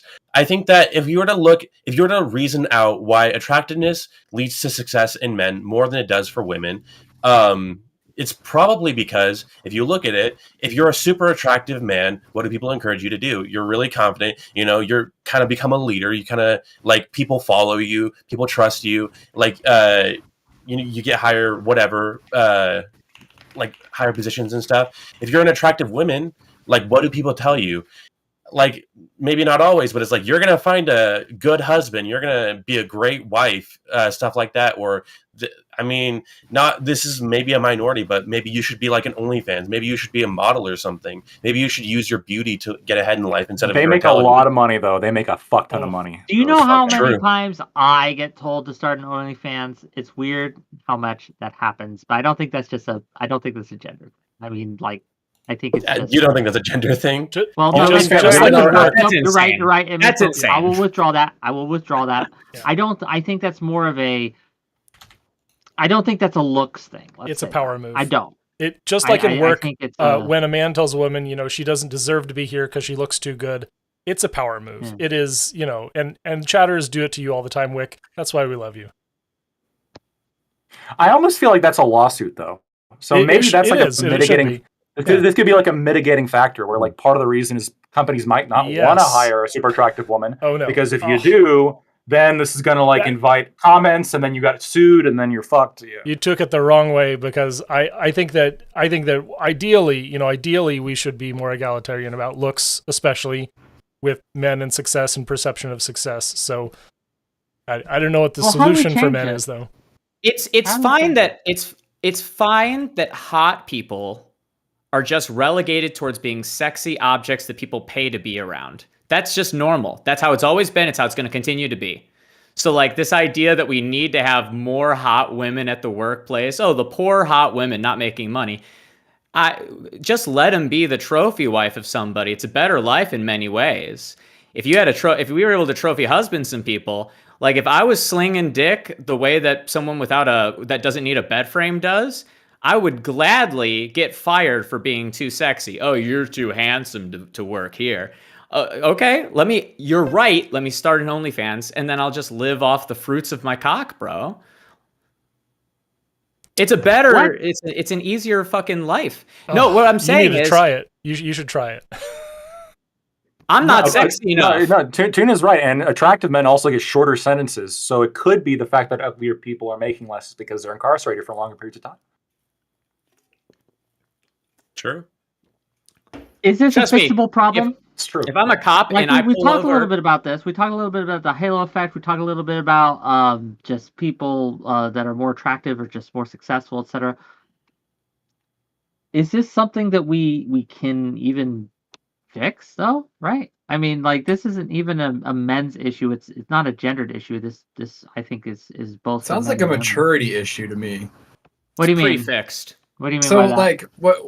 Someone said, like, if you're in a like work environment, like I was doing fish processing in Alaska, and there were a couple like hot chicks there, but saying like you're too hot to be doing this job, that never even crossed my mind. And I don't know. I'm just thinking of the type of person who would utter that statement. STEM Lord. And it feels like, it feels like a very immature person. So maybe, I don't know. Can you send me that study, Wick? I put it in the group chat. Oh, okay. I would say, at least in the thing that I'm talking about, where women are encouraged to like just be basically do things that result from them being attractive over like, you know, pursuing careers. I don't think it's literally you're in the workplace, a guy walks up to you, you're too pretty to be working here, go model yourself on Instagram. I don't think that's happening. I think it's growing up. Like I think They're trying to girls are flirt. probably I think It's girls a are pickup move. reward Yeah. I think girls when they're young in school, growing up, when they're rewarded for just being pretty, like flirting or just being cute, like being silent, things that like people find attractive. They're rewarded for that, and if they try to like switch to a more male attitude, being assertive, being intelligent, being like aggressive, things that would get you probably ahead in life, those kind of behaviors are probably socially not punished but discouraged from doing. Yes. So I have a question. If let's say you have a very attractive barista, right? And would saying to her, "Hey, you could totally be a model," or whatever, you could capitalize on your looks more. And then there's another person who's a barista who can do complex geometry in their mind and saying, "Wow, you should totally be an engineer, or you could be a great engineer." Are these two? Is there a difference between these two? Yes, and let me tell you what it is. One, you can look at them and see. You don't have to speak to them. You don't have to interact with them in any way. Like, oh, man, that's an easy thing. The person who could do complex geometry in their mind, you have to spend a lot of time with and get to know. It's just not going to come out in that interaction, right? There's a reason we value looks as a species and as a society. It's because it's readily, easily apparent. You can just look at them, right? And literally just look at them, and you can tell you don't have to interact or spend any time with them. I think that's a major difference there. But I want to bring it back because we've gone off into this weird world where we're suddenly talking about women again. I want to bring it back to men, if we can. And I want to talk about like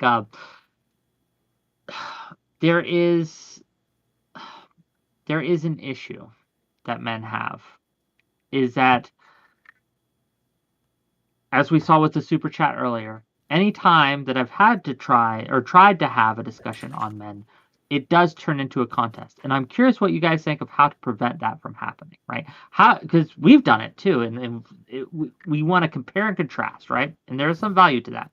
But why is it so hard to talk about men's issues without it becoming this contest? I'm not convinced you can talk about men's issues or women's issues without talking about the other sex. I don't think that's possible.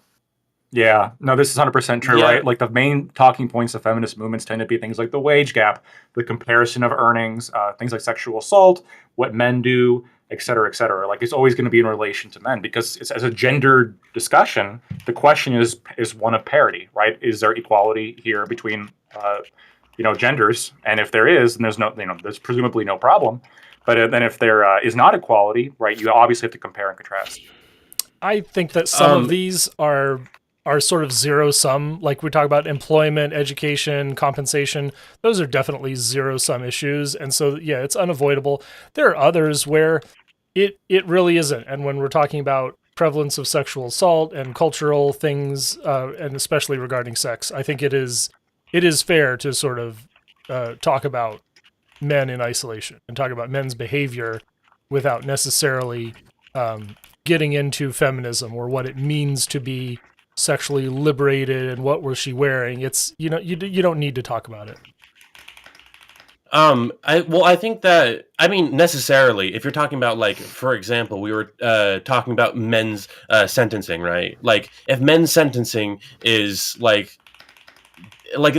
it's disproportionate. Well, what is it disproportionate in terms of? Men are like dropping out of college early. Well, what are they dropping out of college early in regards to? So obviously you're going to have to talk about women at some point. But like, I think the issue comes in where, like, the point that I made earlier with that super chat is, it's like an overall competition. It's like, well, we can't address any of the men's issues because according to our metrics, men are winning overall. There are more men in Congress. Obviously, men have it better. So why would we ever talk about any men's issues? There should be no addressing of any of these issues at all. And again, like, that kind of like comparison is just used to like shut down men who they're just used to shut down men.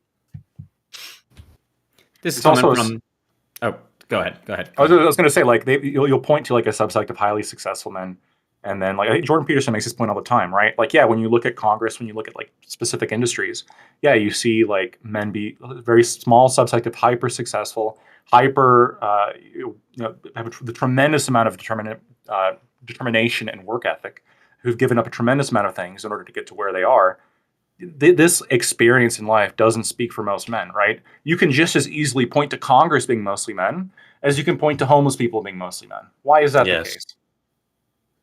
Exactly. It's that incredible delta that I talked about before. Mm-hmm. Men are allowed to fail and they're allowed to succeed way more than women are. And I think it's partially socially mediated, and it's also probably just about how complicated being a woman is. We never address in these fucking contests between being a man and being a woman how much easier the male body is to exist in than the female body. It's like a fucking jungle inside of there. A lot of the fucking understanding of self and the transformations that happen, you're not able to get a direct relationship to. But anyway, why is it always a contest? It's a contest because men and women are defined in relationship to the other's desire.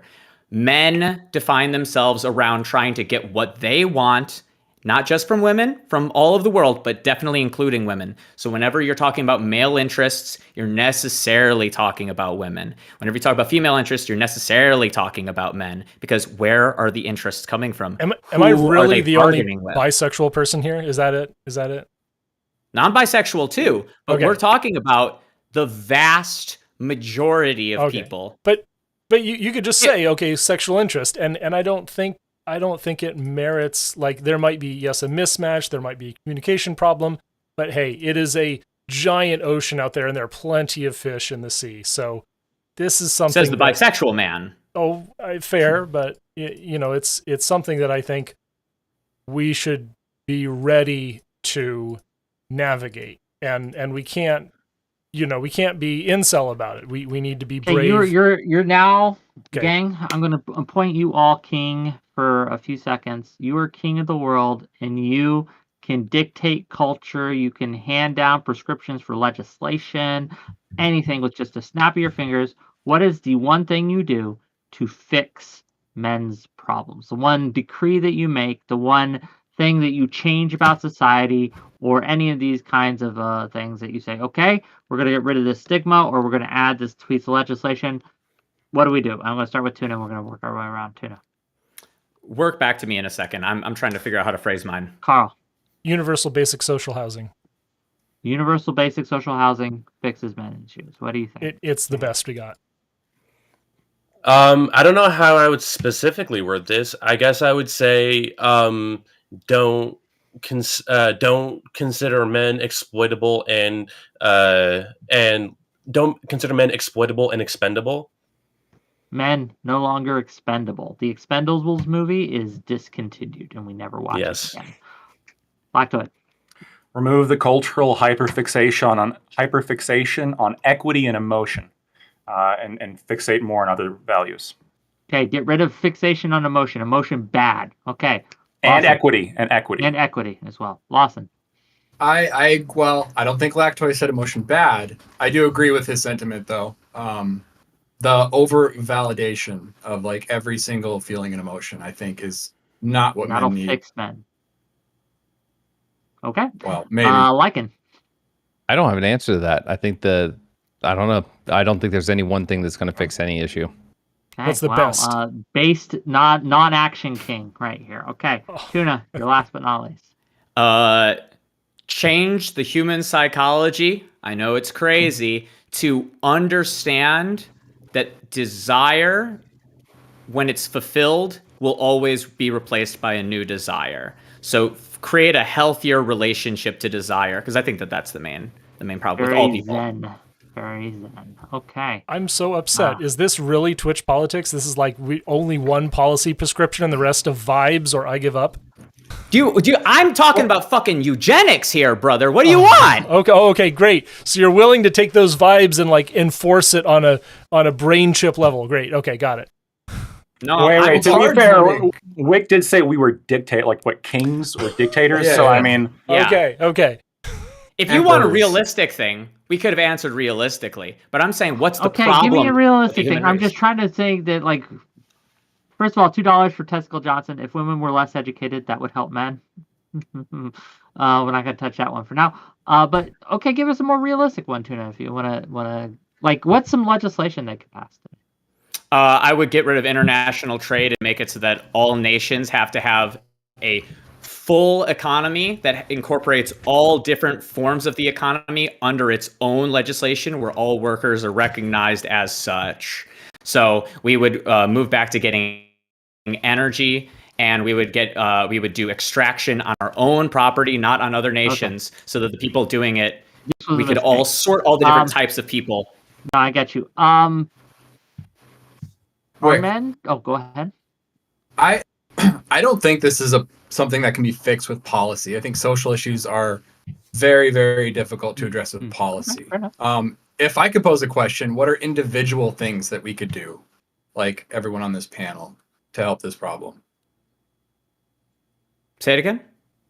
What are things we could individually do to fix this problem? Be on panels about masculinity. True. Okay. Meme harder. Donate to panels about masculinity, gang. Let's say when we're not online. How about that? Honestly, this Be is more this specific. is the biggest thing that I want. It'll never happen just because of how the sexual marketplace works. But if men would stop validating like bullshit emotions, or stop validating bullshit just because they want to get some, like the world would be a better place. It just would be. But then we'd never get any lactoid. We have to be okay with that happening. Look, That's the problem. women, It's called a women filter. put up with our bad jokes. They pretend they're funny. I'm going to pretend that what they just said was valid, okay? And that's the deal. They pretend my jokes are funny. I pretend what they say is valid, okay? That's the deal. That's a contract. Don't break that shit. You send more messages. The one that comes back, those are yours. So I asked a question. I'll give an answer. I own a business, construction business. Construction workers generally, I think, fall into the demographic that we're kind of concerned about. Very like stoic, emotionless guys. So I try to be the counterweight to that. You know, when I notice one of my guys are having a shitty go at it, like I try to open up emotionally, or let them know like, hey man, if you got shit going on, you know, let me know. But I get the sense that everyone on this panel probably doesn't have a problem with that.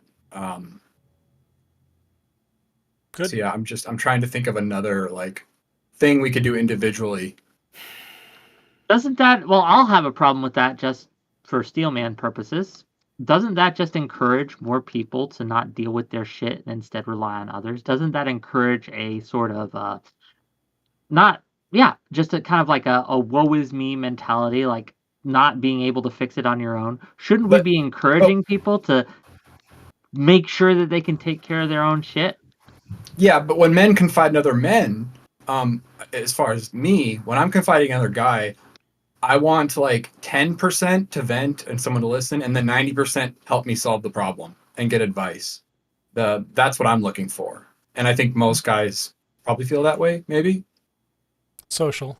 It is sort of, this is one of those social prescriptive differences in men and women. Men are counted on to be problem solvers in the dominant hegemony, and women are expected to deal with it, and so emotional communication is paramount. And this is again cultural, so I don't know that we can say that it has to change. I think it'd be welcome.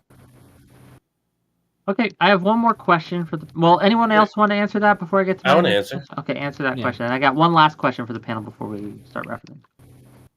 I guess I'm next. So I would say, I've always said, men need to support and advocate for themselves and other men. I would say, like, if you know any men personally, I would say, like, men are encouraged to sacrifice themselves, to give themselves, like, to destroy their lives for other people, especially their families. And I would say, if you're talking to another man, say, like, hey, sometimes you need to put yourself first. Sometimes, your wife or whatever, you don't have to do everything that you can to provide and support her. Sometimes you need to, like, step back and do things for yourself. I don't think that we have to do anything. I don't think we have to do anything. I think this solves itself. losers will die. The culture will let losers die, and that's probably it's maybe good for us to just not think of it from a wealth care position where we eternally hold on. Like, it's the same thing with the hot people. The halo effect doesn't need to be fixed. That's our species becoming better at fucking. Like, we're supposed to want to fuck and reproduce as much as possible. So yeah, ugly people should be bred out. The same thing should also be said in the social milieu. People that are complainers, people that don't solve their own problems.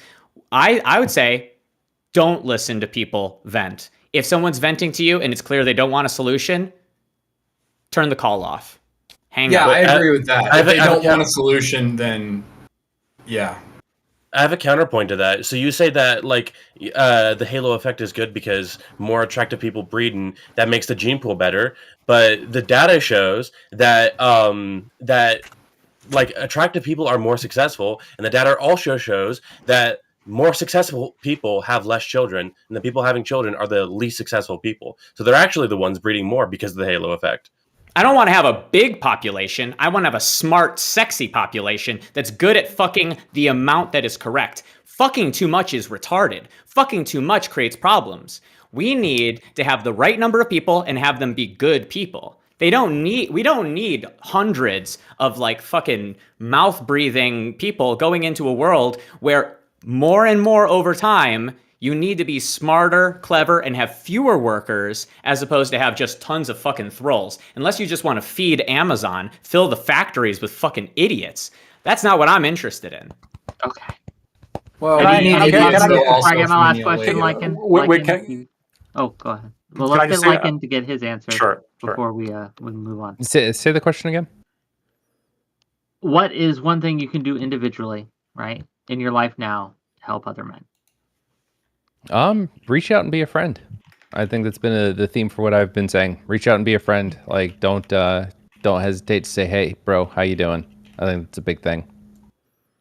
So I first of all, Hammer, 2 points. First, I'll agree with you. It is true that there tends to be a higher fertility rate among lower intelligence people, and a lot of this has to do with impulsivity control. That's not something that necessarily is controlled for by the halo effect. The second point, though, that I wanted, or I guess more of a question, is you said, men should make more decisions for themselves and less for their family. I actually disagree, but I do agree that perhaps in the same way we push men, and we should push men to step up and to be the provider for the family, that I think that we should also push women to sacrifice for their own family as well. And so, I mean, not only in terms of sacrificing your career, if it means having kids, if that's something you want to do, I think that that's reasonable and that should be encouraged and respected, but also like minor things, right? So, for example, like breastfeeding, right? The vast, like 95% or whatever of women can naturally breastfeed, but a whole bunch of them, the majority of people who say they can't, simply perceive themselves as not being able to, because it's inconvenient. Right, it's inconvenient to do it, and then once they stop, then they actually do lose the ability. Perhaps this isn't less about telling men to take more time for themselves, and maybe just setting more of a culture of no. When you have a family, you should be regardless of if you're a man or a woman. Maybe we should push this on women too. Like, you should be doing everything you can to provide a home for that child, even if it does mean sacrificing your career, and even if it does mean the wage gap is going to increase overall a few percentage points. Oh, I think having a mom at home is worth that personally. But can I respond?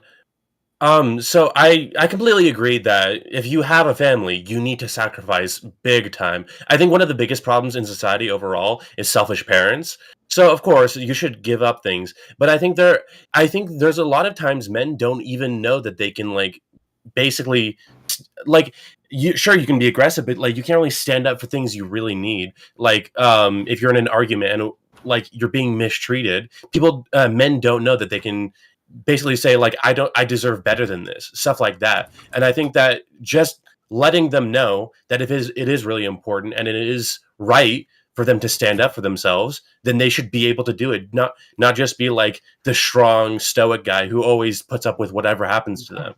Okay, 2 more questions. Well, $2 from Testicle Johnson. Men and women should be breastfeeding their kids. Thank you for the $2. There is a last question though from Testicle Johnson that I had one, but I'm going to keep that in the chamber for another day, maybe, or maybe for call-ins when we do those. But this is a good question. And then we'll go to closings, and we will take call-ins. And women, you can call in. In fact, I will prioritize women callers. If you want to confront men, now's your chance. I've picked the manliest of men, only the manliest of men.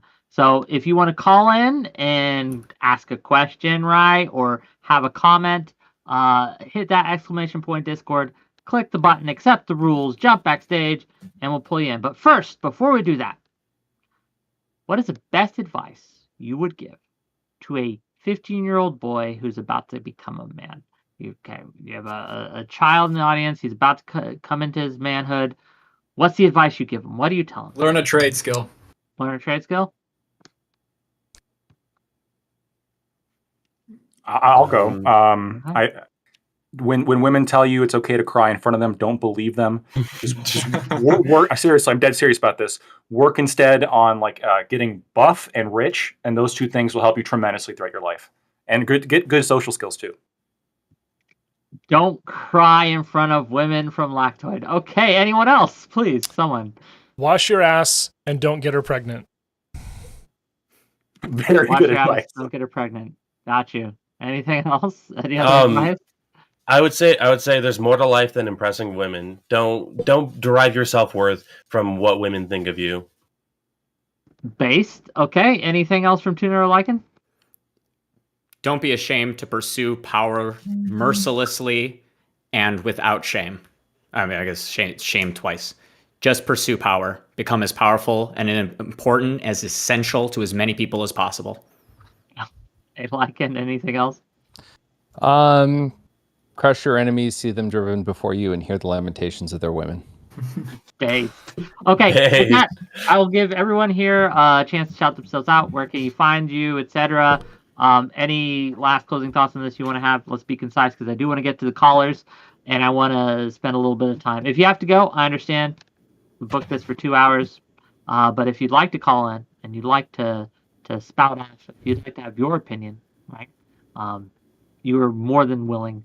We're more than willing to have you. Gang, if you've liked this show, hit that like button, hit that subscribe button if you're on YouTube. If you're on Twitch or Kick, hit that follow button. Throw some bits my way, subs my way. If you're too shy to come on and ask your question in person, you can super chat your question in the YouTube chat, or you can throw enough bits at me and I'll read your question out that way.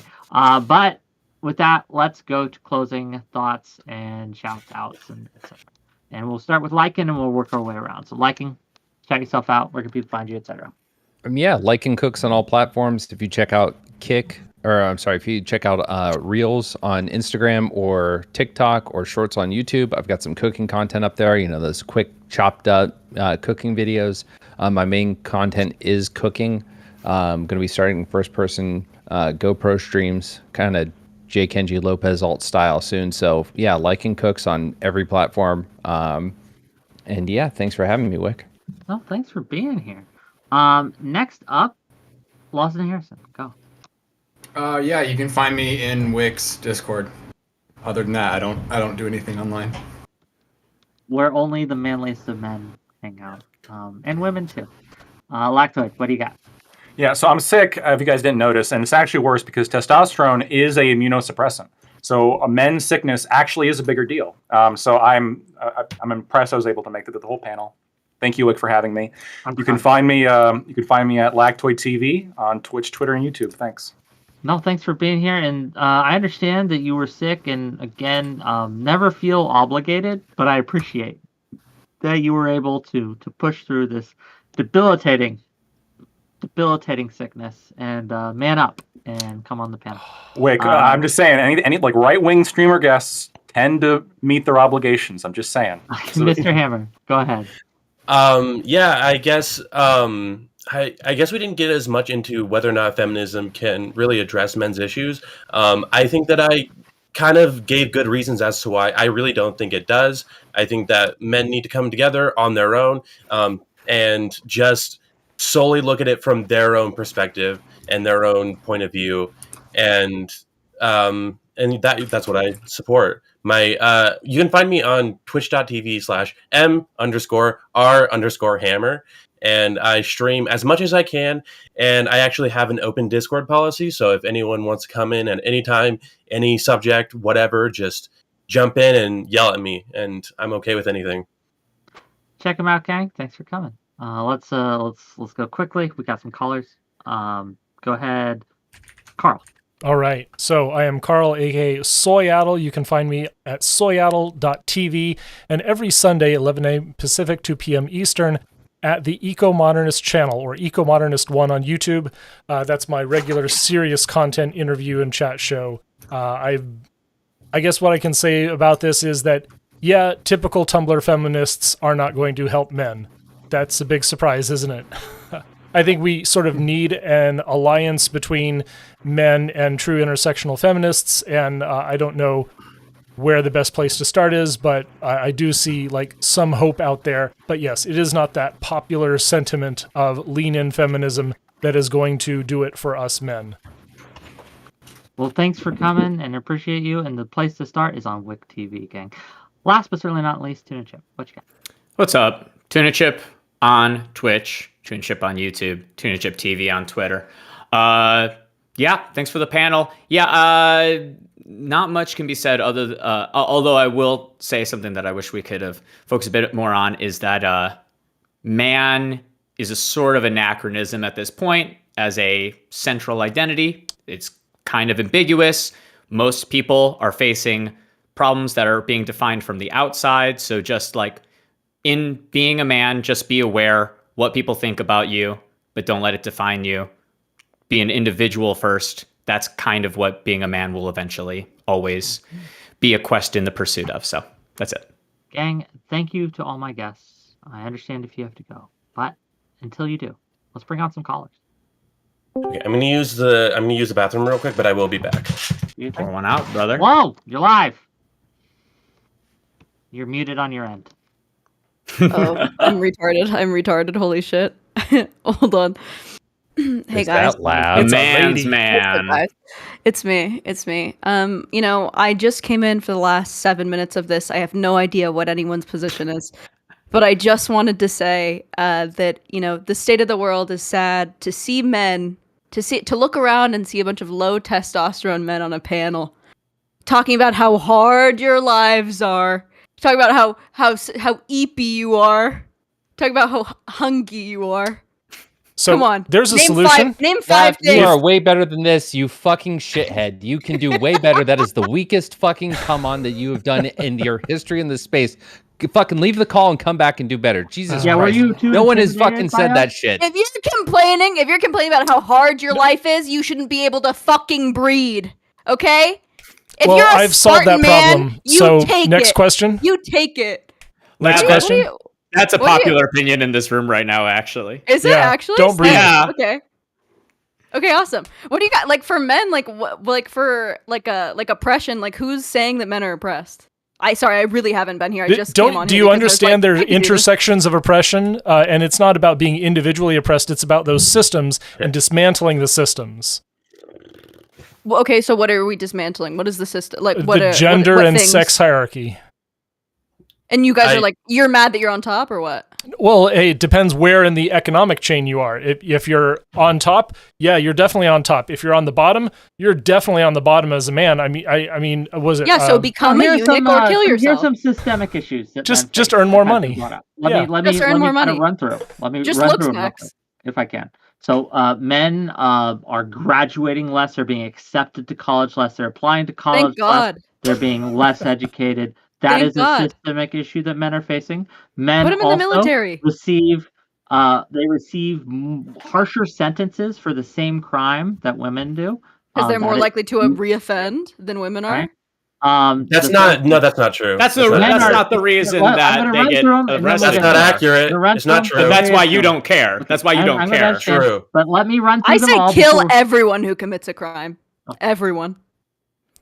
So dark Third and thing. kid. Lav, Third you don't thing. want that. You don't want that. You wouldn't be able to say that sentence if it was true. Oh, you guys are I've distracting never me. committed a You crime. guys are Go distracting. ahead, Wick. Go ahead with the Okay. list. Oh no, Men- but they shut down Omegle. You know you oh committed my some god! crimes If there. you guys don't let me talk, I'm going to mute you. Okay, thank you. Okay. He's oppressed The right now. third thing that the issue that men have to face systemically is there are thousands of women's shelters for domestic abuse. I can't think of one. There's maybe one or two nationally, maybe a little bit, For right? men, They have they don't male have victims. for domestic abuse. Yeah, Men if are you're also. getting if you're getting beat up by your wife, you're a pussy. Let me get through them. You're a pussy. Take it. Men are bigger and stronger to be like tanks. They're more durable. You guys were made to get beat up. If you don't like it, fucking cut your dick off. Become a eunuch. Men I mean, to be are fair, also more likely. 80% of the people who get killed in the world are men, right? Oh, God. Who get murdered are men. Let's get those numbers up. Wait, I have a question. So, Lav, you say so you are upset that men are like in successful position, billionaires, and women are like housewives and stuff. Well, you were upset. You're saying, men feel oppressed because they're winning too much, right? I don't think I ever said that. I said if you You literally said that earlier. You said that. No, that's a misinterpretation. if you're no. If you're a man and you're like a low T beta male and you can't make it, sucks for you. That's what I'm saying. There's solutions. Okay, to but that. what about become a men who eunuch? are- Become a stay-at-home mother. What about men? You could who are also go to killed in war? Cabela's. Go to Cabela's and buy yourself a Dude, nice go to little... a doctor. Go to a doctor. There you go. to a doctor, First right get on thing some she said. testosterone. Endocrinologist. Get on some fucking Yeah. Go to an endocrinologist. Get some fucking tea. Go work out. Go find some male friends. Go take like shooting lessons at your local a gun range. Right, there are so many things that you could do. To be real, as a this is Wait, vastly underdiagnosed. wait, hold on. Your different- prescription. Wait, hold on. Your prescription for men who are having a lot of problems is to go take shooting lessons. It's a terrible idea. What the fuck? So that they don't miss. And that's So- where men will talk to other men offline. It's a solution. No, Wait, okay, maybe so- not that, but join a gym. Absolutely join a gym. Absolutely go see an endocrinologist. Go, I don't know, take a fucking, what do men do? Where do men congregate except for 4chan? The shooting Why do you want range. people to... Wait. Can we go one at a time here? Dog parks? And Why our Go find common it. Go find it. executive Go to a dog offices park. Get a Why am I dog. going to the calculate end our zone? salaries. Tuna's right. Tuna's right here. Let's go one at a time. Let's toss it to Tuna, and then we'll go to Hammer, and then if anyone else wants in, we'll go. Go ahead. Defend your masculinity towards. Oh, my masculinity Lav. doesn't have to. I agree with a lot of things. The only problem with Lav is that she's a memer and she just wants to talk how she wants to kill men. But men are better at killing men than she'll ever be at killing men. And that's why I love him. But first off, why do you want to take men to the endo? What's the endo for? Like What do low you T? mean? Yeah. You think just like. Okay, if it's creating health problems for you, maybe go for it. But like, if you're a low T, people would be better off. First of all, if your testosterone levels are too low as a male, you're like more likely to experience things like depression, Heart and that's conditions. like that's dysgenic. Yeah. And that's why So women are more go get likely to fixed. experience depression and anxiety. Exactly. And Exactly. neuroticism. Exactly. So women are depressed oppressed biologically, and you're mad. Why are you're you mad? bringing them to? Wait, Lav, you're being inconsistent. Women How are are you bringing them oppressed to the biologically. endo?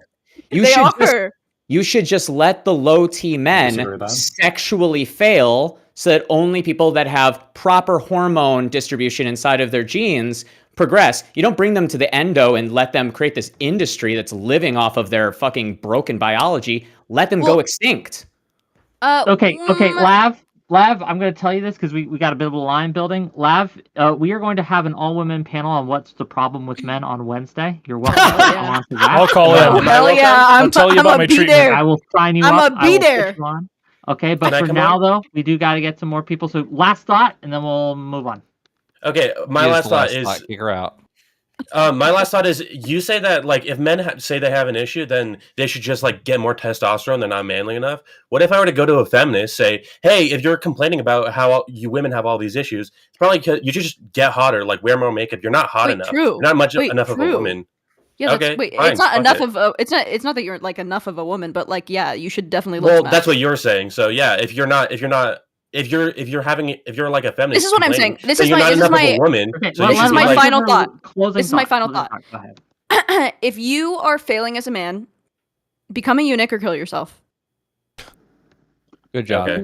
Okay, Excellent job. I want to share with this. This is like how I got rid of my hormone problems, and so I have a serious I actually have a brain tumor that is treatable with medication. It is less common than you might think, but it is also underdiagnosed. Absolutely go talk to a doctor if you have any kind of problem, and ask for a hormone panel. It's really essential to your health and your longevity. Noted. Okay, well, on that lovely note, we have our next contestant on whatever the frick is, Admiral Gibbs. Oh, let me just say one quick thing. Lab convinced me I take back everything I've said this whole panel. Go ahead, Gibbs. Yeah, so, well, let me tell you something. I'll tell you what's the problem with me in a minute today, right here. I'll tell you right now. It's every single one of y'all that sat here and told me all this bullshit about we're going to sit here and we need to talk about our feelings and we need to start crying. And listen, I never talked about social bootstraps or whatever, but it's time for people to pull up some bootstraps to get to work. If you're sitting here going, oh, I'm crying, why can't I get shit done? Go outside. Get something done. You're sitting here crying about, I'm not manly enough. Kill a deer, eat the deer.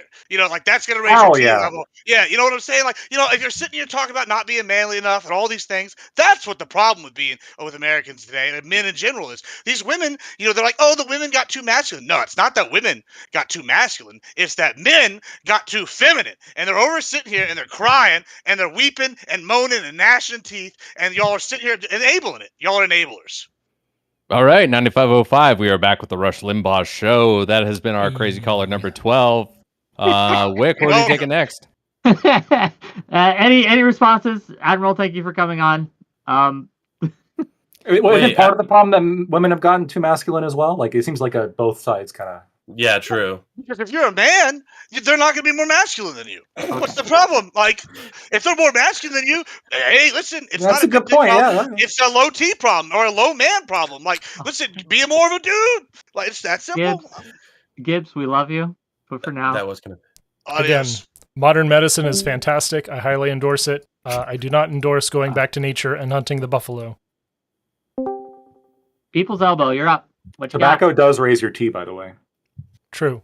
No, actually, it suppresses the shit that I have to take medicine for. Oh, sorry.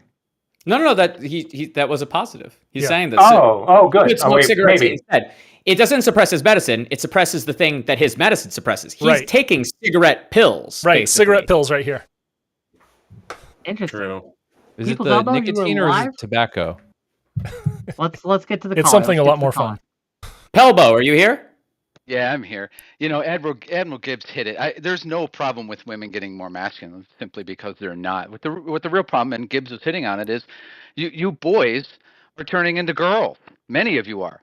That's the problem. We have schools, popular culture, the entertainment industry that are trying to turn boys into girls, suppressing their normal activity, suppressing their aggressiveness, trying to teach and convince boys to act in ways that are completely unnatural.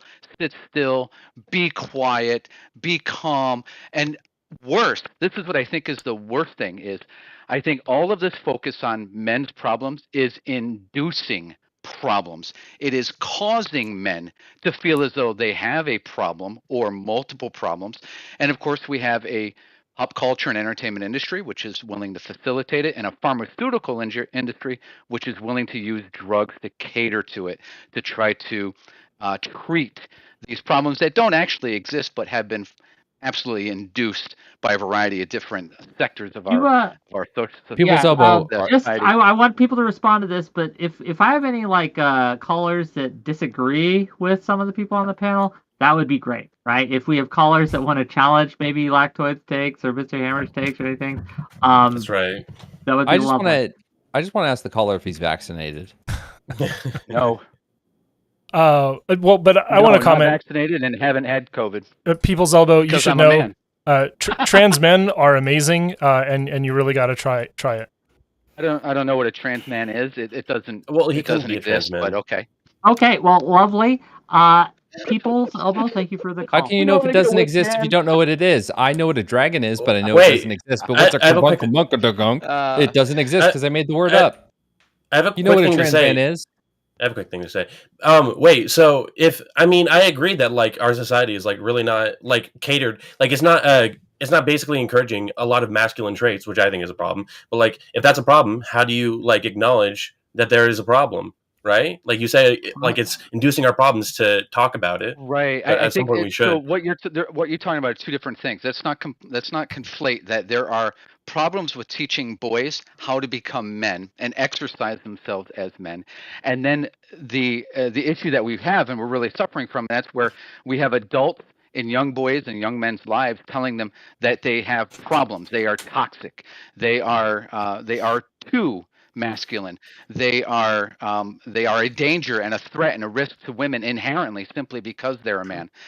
This kind of talk, this type of persuasion, induces mental health issues that really don't exist except for they've been induced and introduced to the young man or young boy. Pelbo. So I'm getting it that you're saying that there are two problems. One, instead of honing masculinity into a productive force, we're instead repressing it, and it's creating individual issues for people. Right? That's your prescription. I think our schools and our popular culture are attempting to eradicate masculinity. We've simply concluded that masculinity is inherently toxic and dangerous, and we're trying to turn young boys into girls. That's not okay. So I hear you. That's true for certain classes. The higher up you get in the classes, the more that we're trying to feminize men, because the economy that they're going into, the jobs that they're trying to fill, don't require masculinity. But we love poor people to be masculine. We love it when they're masculine. Maybe. What's up? We're getting to the next caller. Okay. We have women in the chat, and I did say I was going to bring in the girls, baby. Yeah, I was going to booted, prioritize the women like callers. the disposable male he is. Mad Honeybee, hello. Hi, can you hear me? You're a little low, but I'll turn you up. I can turn my gain up too. It's okay. Streaming settings and Discord settings always fight with each other. Hi guys.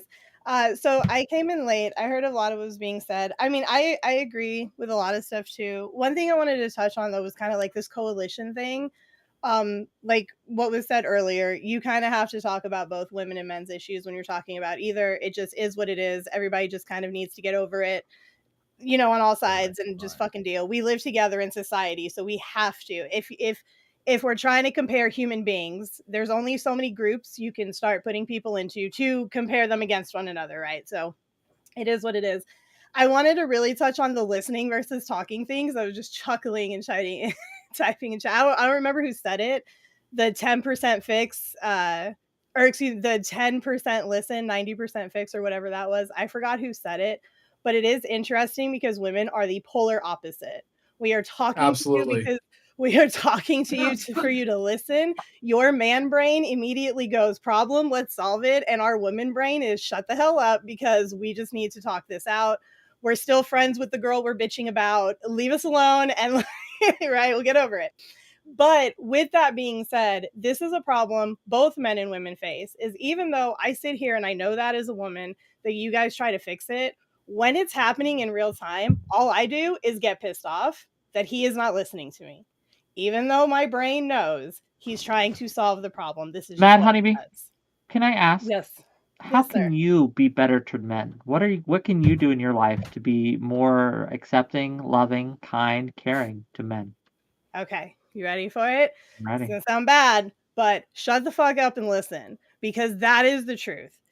We are not men, okay? While we are humans and we share human experiences, there is shit that is just fundamentally different biologically to women and men. It doesn't, and the whole debate about that shit doesn't even matter, okay? It just, we all know that at a surface level, we're going to go through different things regardless of an identity because of biological makings, right? I'm going to get my period. Y'all need to get your prostates checked. It is what it is, right? Like these are things. We need to understand that first and foremost. And when women are talking about what's bothering them, listen. Even if you think they're fucking dumb, it doesn't matter. Just listen. You might actually like hear something and there might be a problem for you to fix later on. You never know. And for women, you need to understand that when these men are talking about the things that are bothering them, whether you think a lot of men are soying out or not, it takes men, most average men, it takes them a lot to admit they have a problem and then to discuss the problem and then to discuss it publicly I'm sorry, like that takes a lot for the, and again, average, right? The majority of men. So really listen to what they're saying and we can fucking work together. I promise you we can work together. Also, technology has fucked us all up. It's made men fucking soy. It's made women masculine. The world gets easier. We get different. That is what it is as well. I was looking at DMs, so I didn't Based. exactly hear what you said, but thank you for calling in, Matt Honey. I got a Really comment. appreciate Thank it. you for some of that, Mad Honeybee. If you want to hear more about like how men and women ought to approach communication in our dominant culture, I want to recommend some channels like the Dadvocate. And if you're an old person like me, Dan Savage is definitely one of those writers that you can get behind in terms of breaking down those communication barriers. So I appreciate some of the sentiment, but modern medicine is still based. Can I ask? If you can go to the doctor, go to the doctor. I'm not, modern medicine. Sometimes there is something wrong with you and you need help. And it is Give what us it fucking is. All right. Medicine is not the technology. and we're gonna get Yeah, to the next caller. We gotta. Can I just ask, like, instead of men like listening, like, why isn't it on the onus? Why isn't the onus on women to like stop talking? Why can't it be the other way around? Well, no, yeah, that's what I'm saying. It's for everybody. Sometimes just needs to shut the fuck up and All right, women need to shut up, and when it's time for like men to explain stuff or whatever their issue is. That's all. All right. Okay, thank you for calling. Base. Bye. Sick as What an audience I have. I love all my audience. And gang, if you want to support my channel, please continue to give me subs, give me bits, throw some super chats in there. We'll get to them. That cake was sicker than me. Oh, we got another caller. Mooncake. We got a couple more. Mooncake. Okay, cool. Muted on your end, Mooncake. Ask the question to me. Oh, sorry. Go ahead. No, it's no problem. That's what I always do. I always end up muted. Okay, right to the point. I guess kind of what I just wanted to add, and it's kind of like a question / statement, but my worry is that men are failing other men. Like I think a lot of times men aren't taking responsibility for the reason they're falling behind. I think that even comes to masculinity, right? When Gibbs came in here, and I do love Gibbs, but when he said like, "Oh, just shoot a deer, get over it," like stuff like that, like this isn't I don't know, like the 1500s anymore, or whatever that would happen. I think we have to move with the times, and I think men are not moving with the times. They're just not like adjusting properly. The times suck. Okay. There are 3 MGTOWs on this panel. I don't know what you want. We're moving on with the times. We're dealing with it. True. We're done with women. Also, Mooncake, I saw you in the chat. I'm 6'2", first of all, so you can stop with the fucking misinformation. Jesus. True. That's right. Okay. Also, I don't know. Men have adapted. A lot of men have adapted, but we don't.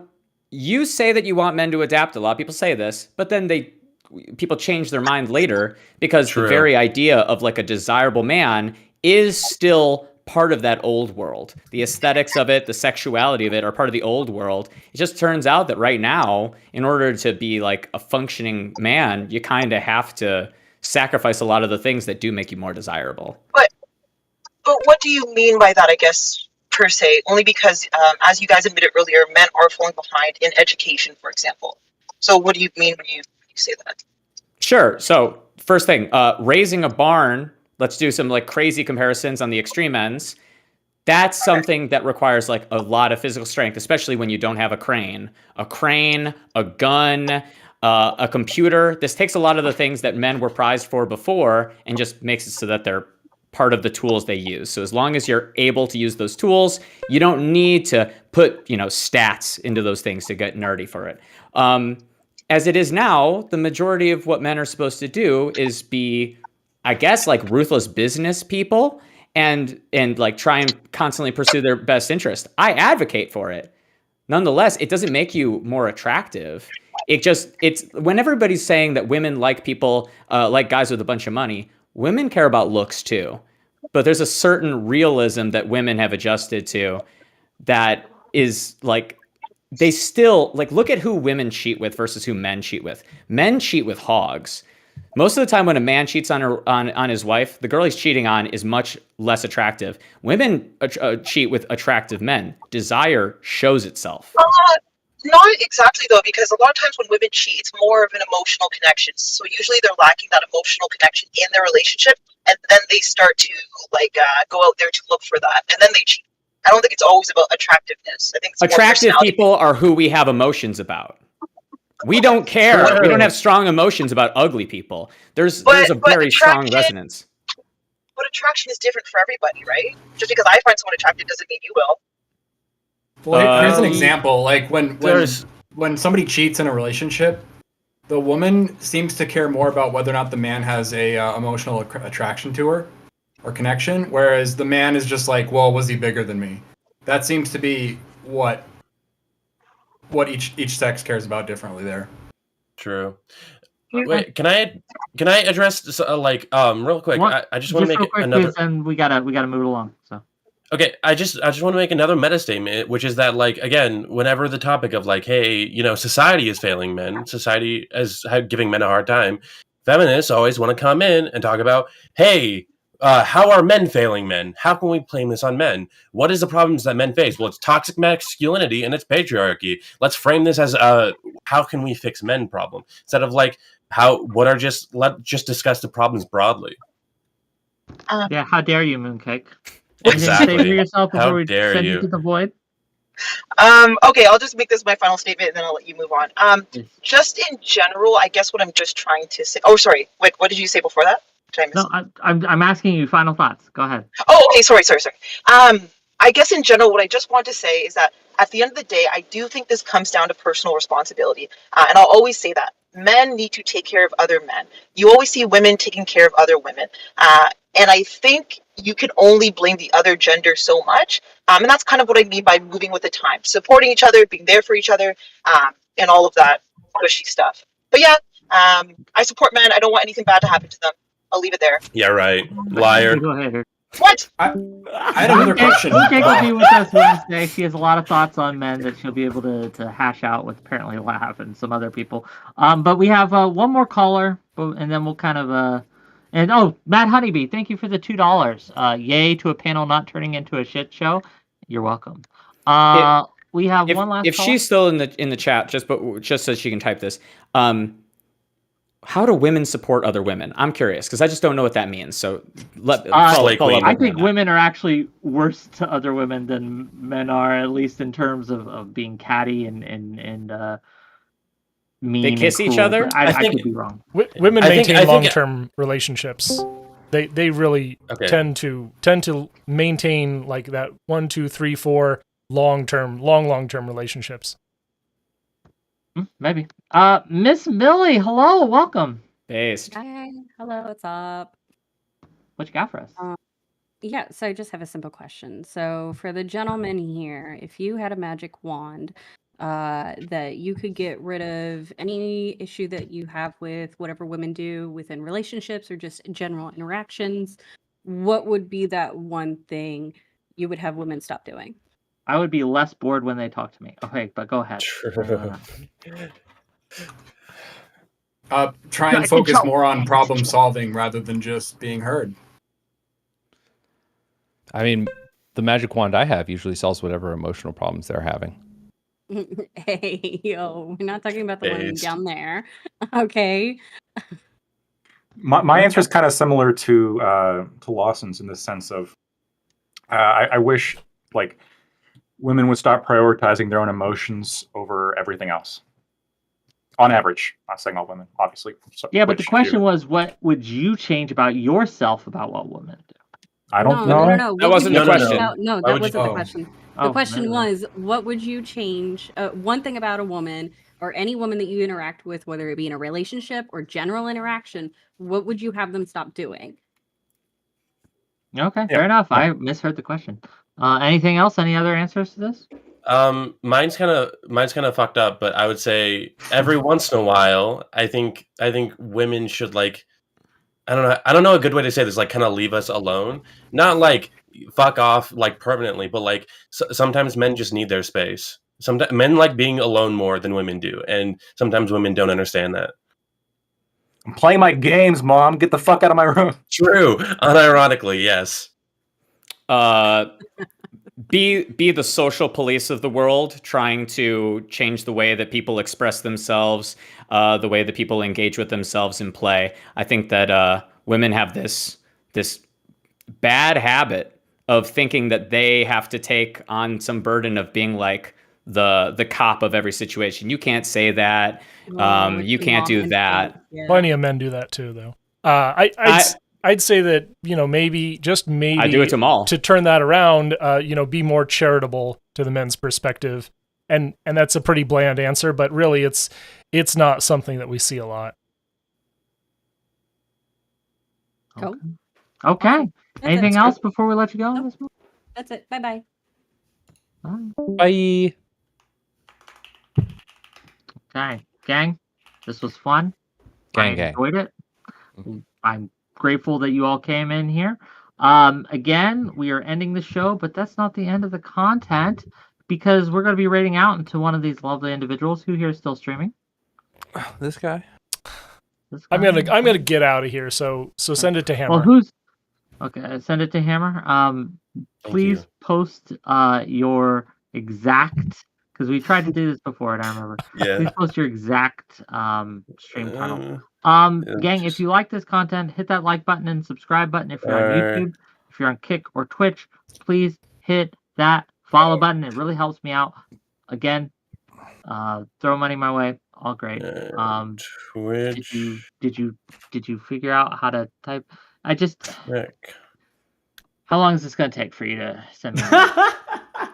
In the chat, I think I got it. Okay, that should be good. Hopefully that works. Okay. And I need to set up Streamlabs, so it might take like a couple seconds, but here, I'm gonna turn off my camera so that my Streamlabs can use my camera, okay? We're gonna be rating out in less than a minute now. Okay. So yes, next week, what do we got coming? We got Monday, 6 p.m. Eastern. We're gonna be talking about the Argentinian elections. We got SDL. We got Karl Marx. We have Corporal something or other. And we have Philosophical Zombie Hunter. They're going to be arguing whether the new president of Argentina, who is a ANCAP, is going to be a disaster or is going to be the best thing to ever happen. He's so based. He's the best fucking thing ever. Oh okay, my well, if you want on that, we can bring you on that too. But for now, right? Yeah, that's what we're going to do. Wednesday, 6 p.m. Eastern, we're going to have an all-women panel to talk about this same subject and see if the answers change, right? And we're going to be talking about whether or not, or what's the matter with men. And we're going to have Mooncake on. We're going to have Lav. We're going to have, I'm trying to get Xena on there too. We've got a few others. And that should be a great, great topic. So tune in next week. But for now, we'll see you guys later. Bye. Bye. Bye. See ya. Bye. Oh, by the way, Soyaddle, you got a moment before you bounce? Yeah. How much longer are you going to be streaming? I had a couple of things I wanted to follow up with you on. I just rated. Oh, okay. Well, do you have a moment to just even